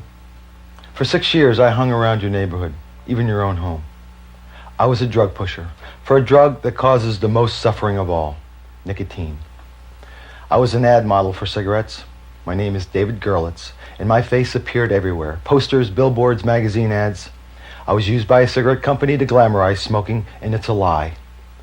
I no longer want to be an ad model for cigarettes. I want to be a role model for my children and other people's children. Well, the fans are filing out of the War Memorial, but there are a couple things left to take care of. And, of course, the first thing we want to talk about is the team standings. Section 11 took first place with 199.5 points. Section 1 in second place, surprisingly, with 162. Very good showing for Section 1. Section 5 in third place, 161.5. Section 2, 156. Section 9, 138. So Section 11, traditionally strong from Long Island, is the state championship. And, John, first, we ought to talk a little bit about the most outstanding wrestler, and of course, Adam Mariano won. Right. He didn't have a great match as far as the viewers would see, but wrestling a defensive wrestler like that, but what a tournament he had throughout his career in New York State, and boy, whatever college gets him is going to get a great wrestler. He really had an excellent day, and he pinned his way through the tournament except for his last match, so Adam Mariano very deserving that most outstanding wrestler. How about another couple of matches that might stick out in your mind that perhaps you thought were either surprising or good quality matches? Okay, Dale, at 119, we had Antonucci, who upset Troy Bouzakis in an overtime match, which was a very exciting match, as well as 132, where we had John Benna, who pinned, I think it was Tom Shiflett, and that was a first period pin and surprised everyone in the auditorium. One of the things I think about Bouzakis is that he's won in 8th grade. He should be back, or hopefully will be back. He's only a junior, but it was kind of an interesting match. What about your overall view of the competition? Bannock and other people have said they thought the competition was really good. Blatnick also said they're glad that they didn't have to wrestle. Would you agree with that? Yeah, absolutely. Every year we do this meet, and every year they get better and better. Section 11, cream of the crop, but again, Section 1 came to the party, and they really did a super job. The state is overall getting more cohesive. No team is dominating anymore like they used to back when we wrestled. So once again, we had a great tournament, and until next year, for John Janiak, this is Dale Drypolcher saying goodbye. We'd like to thank, of course, the International Brotherhood of Electrical Workers for their fine support, and Local 363, 1922, and 1430, and of course, special thanks to Reed Hawk for all his cooperation. Our producer for the State Wrestling Championships has been Bob Jubenville. Our director was Jim Funson. Coordinating producer, Jeff Steyer. And our remote supervisor, Michael Szynski.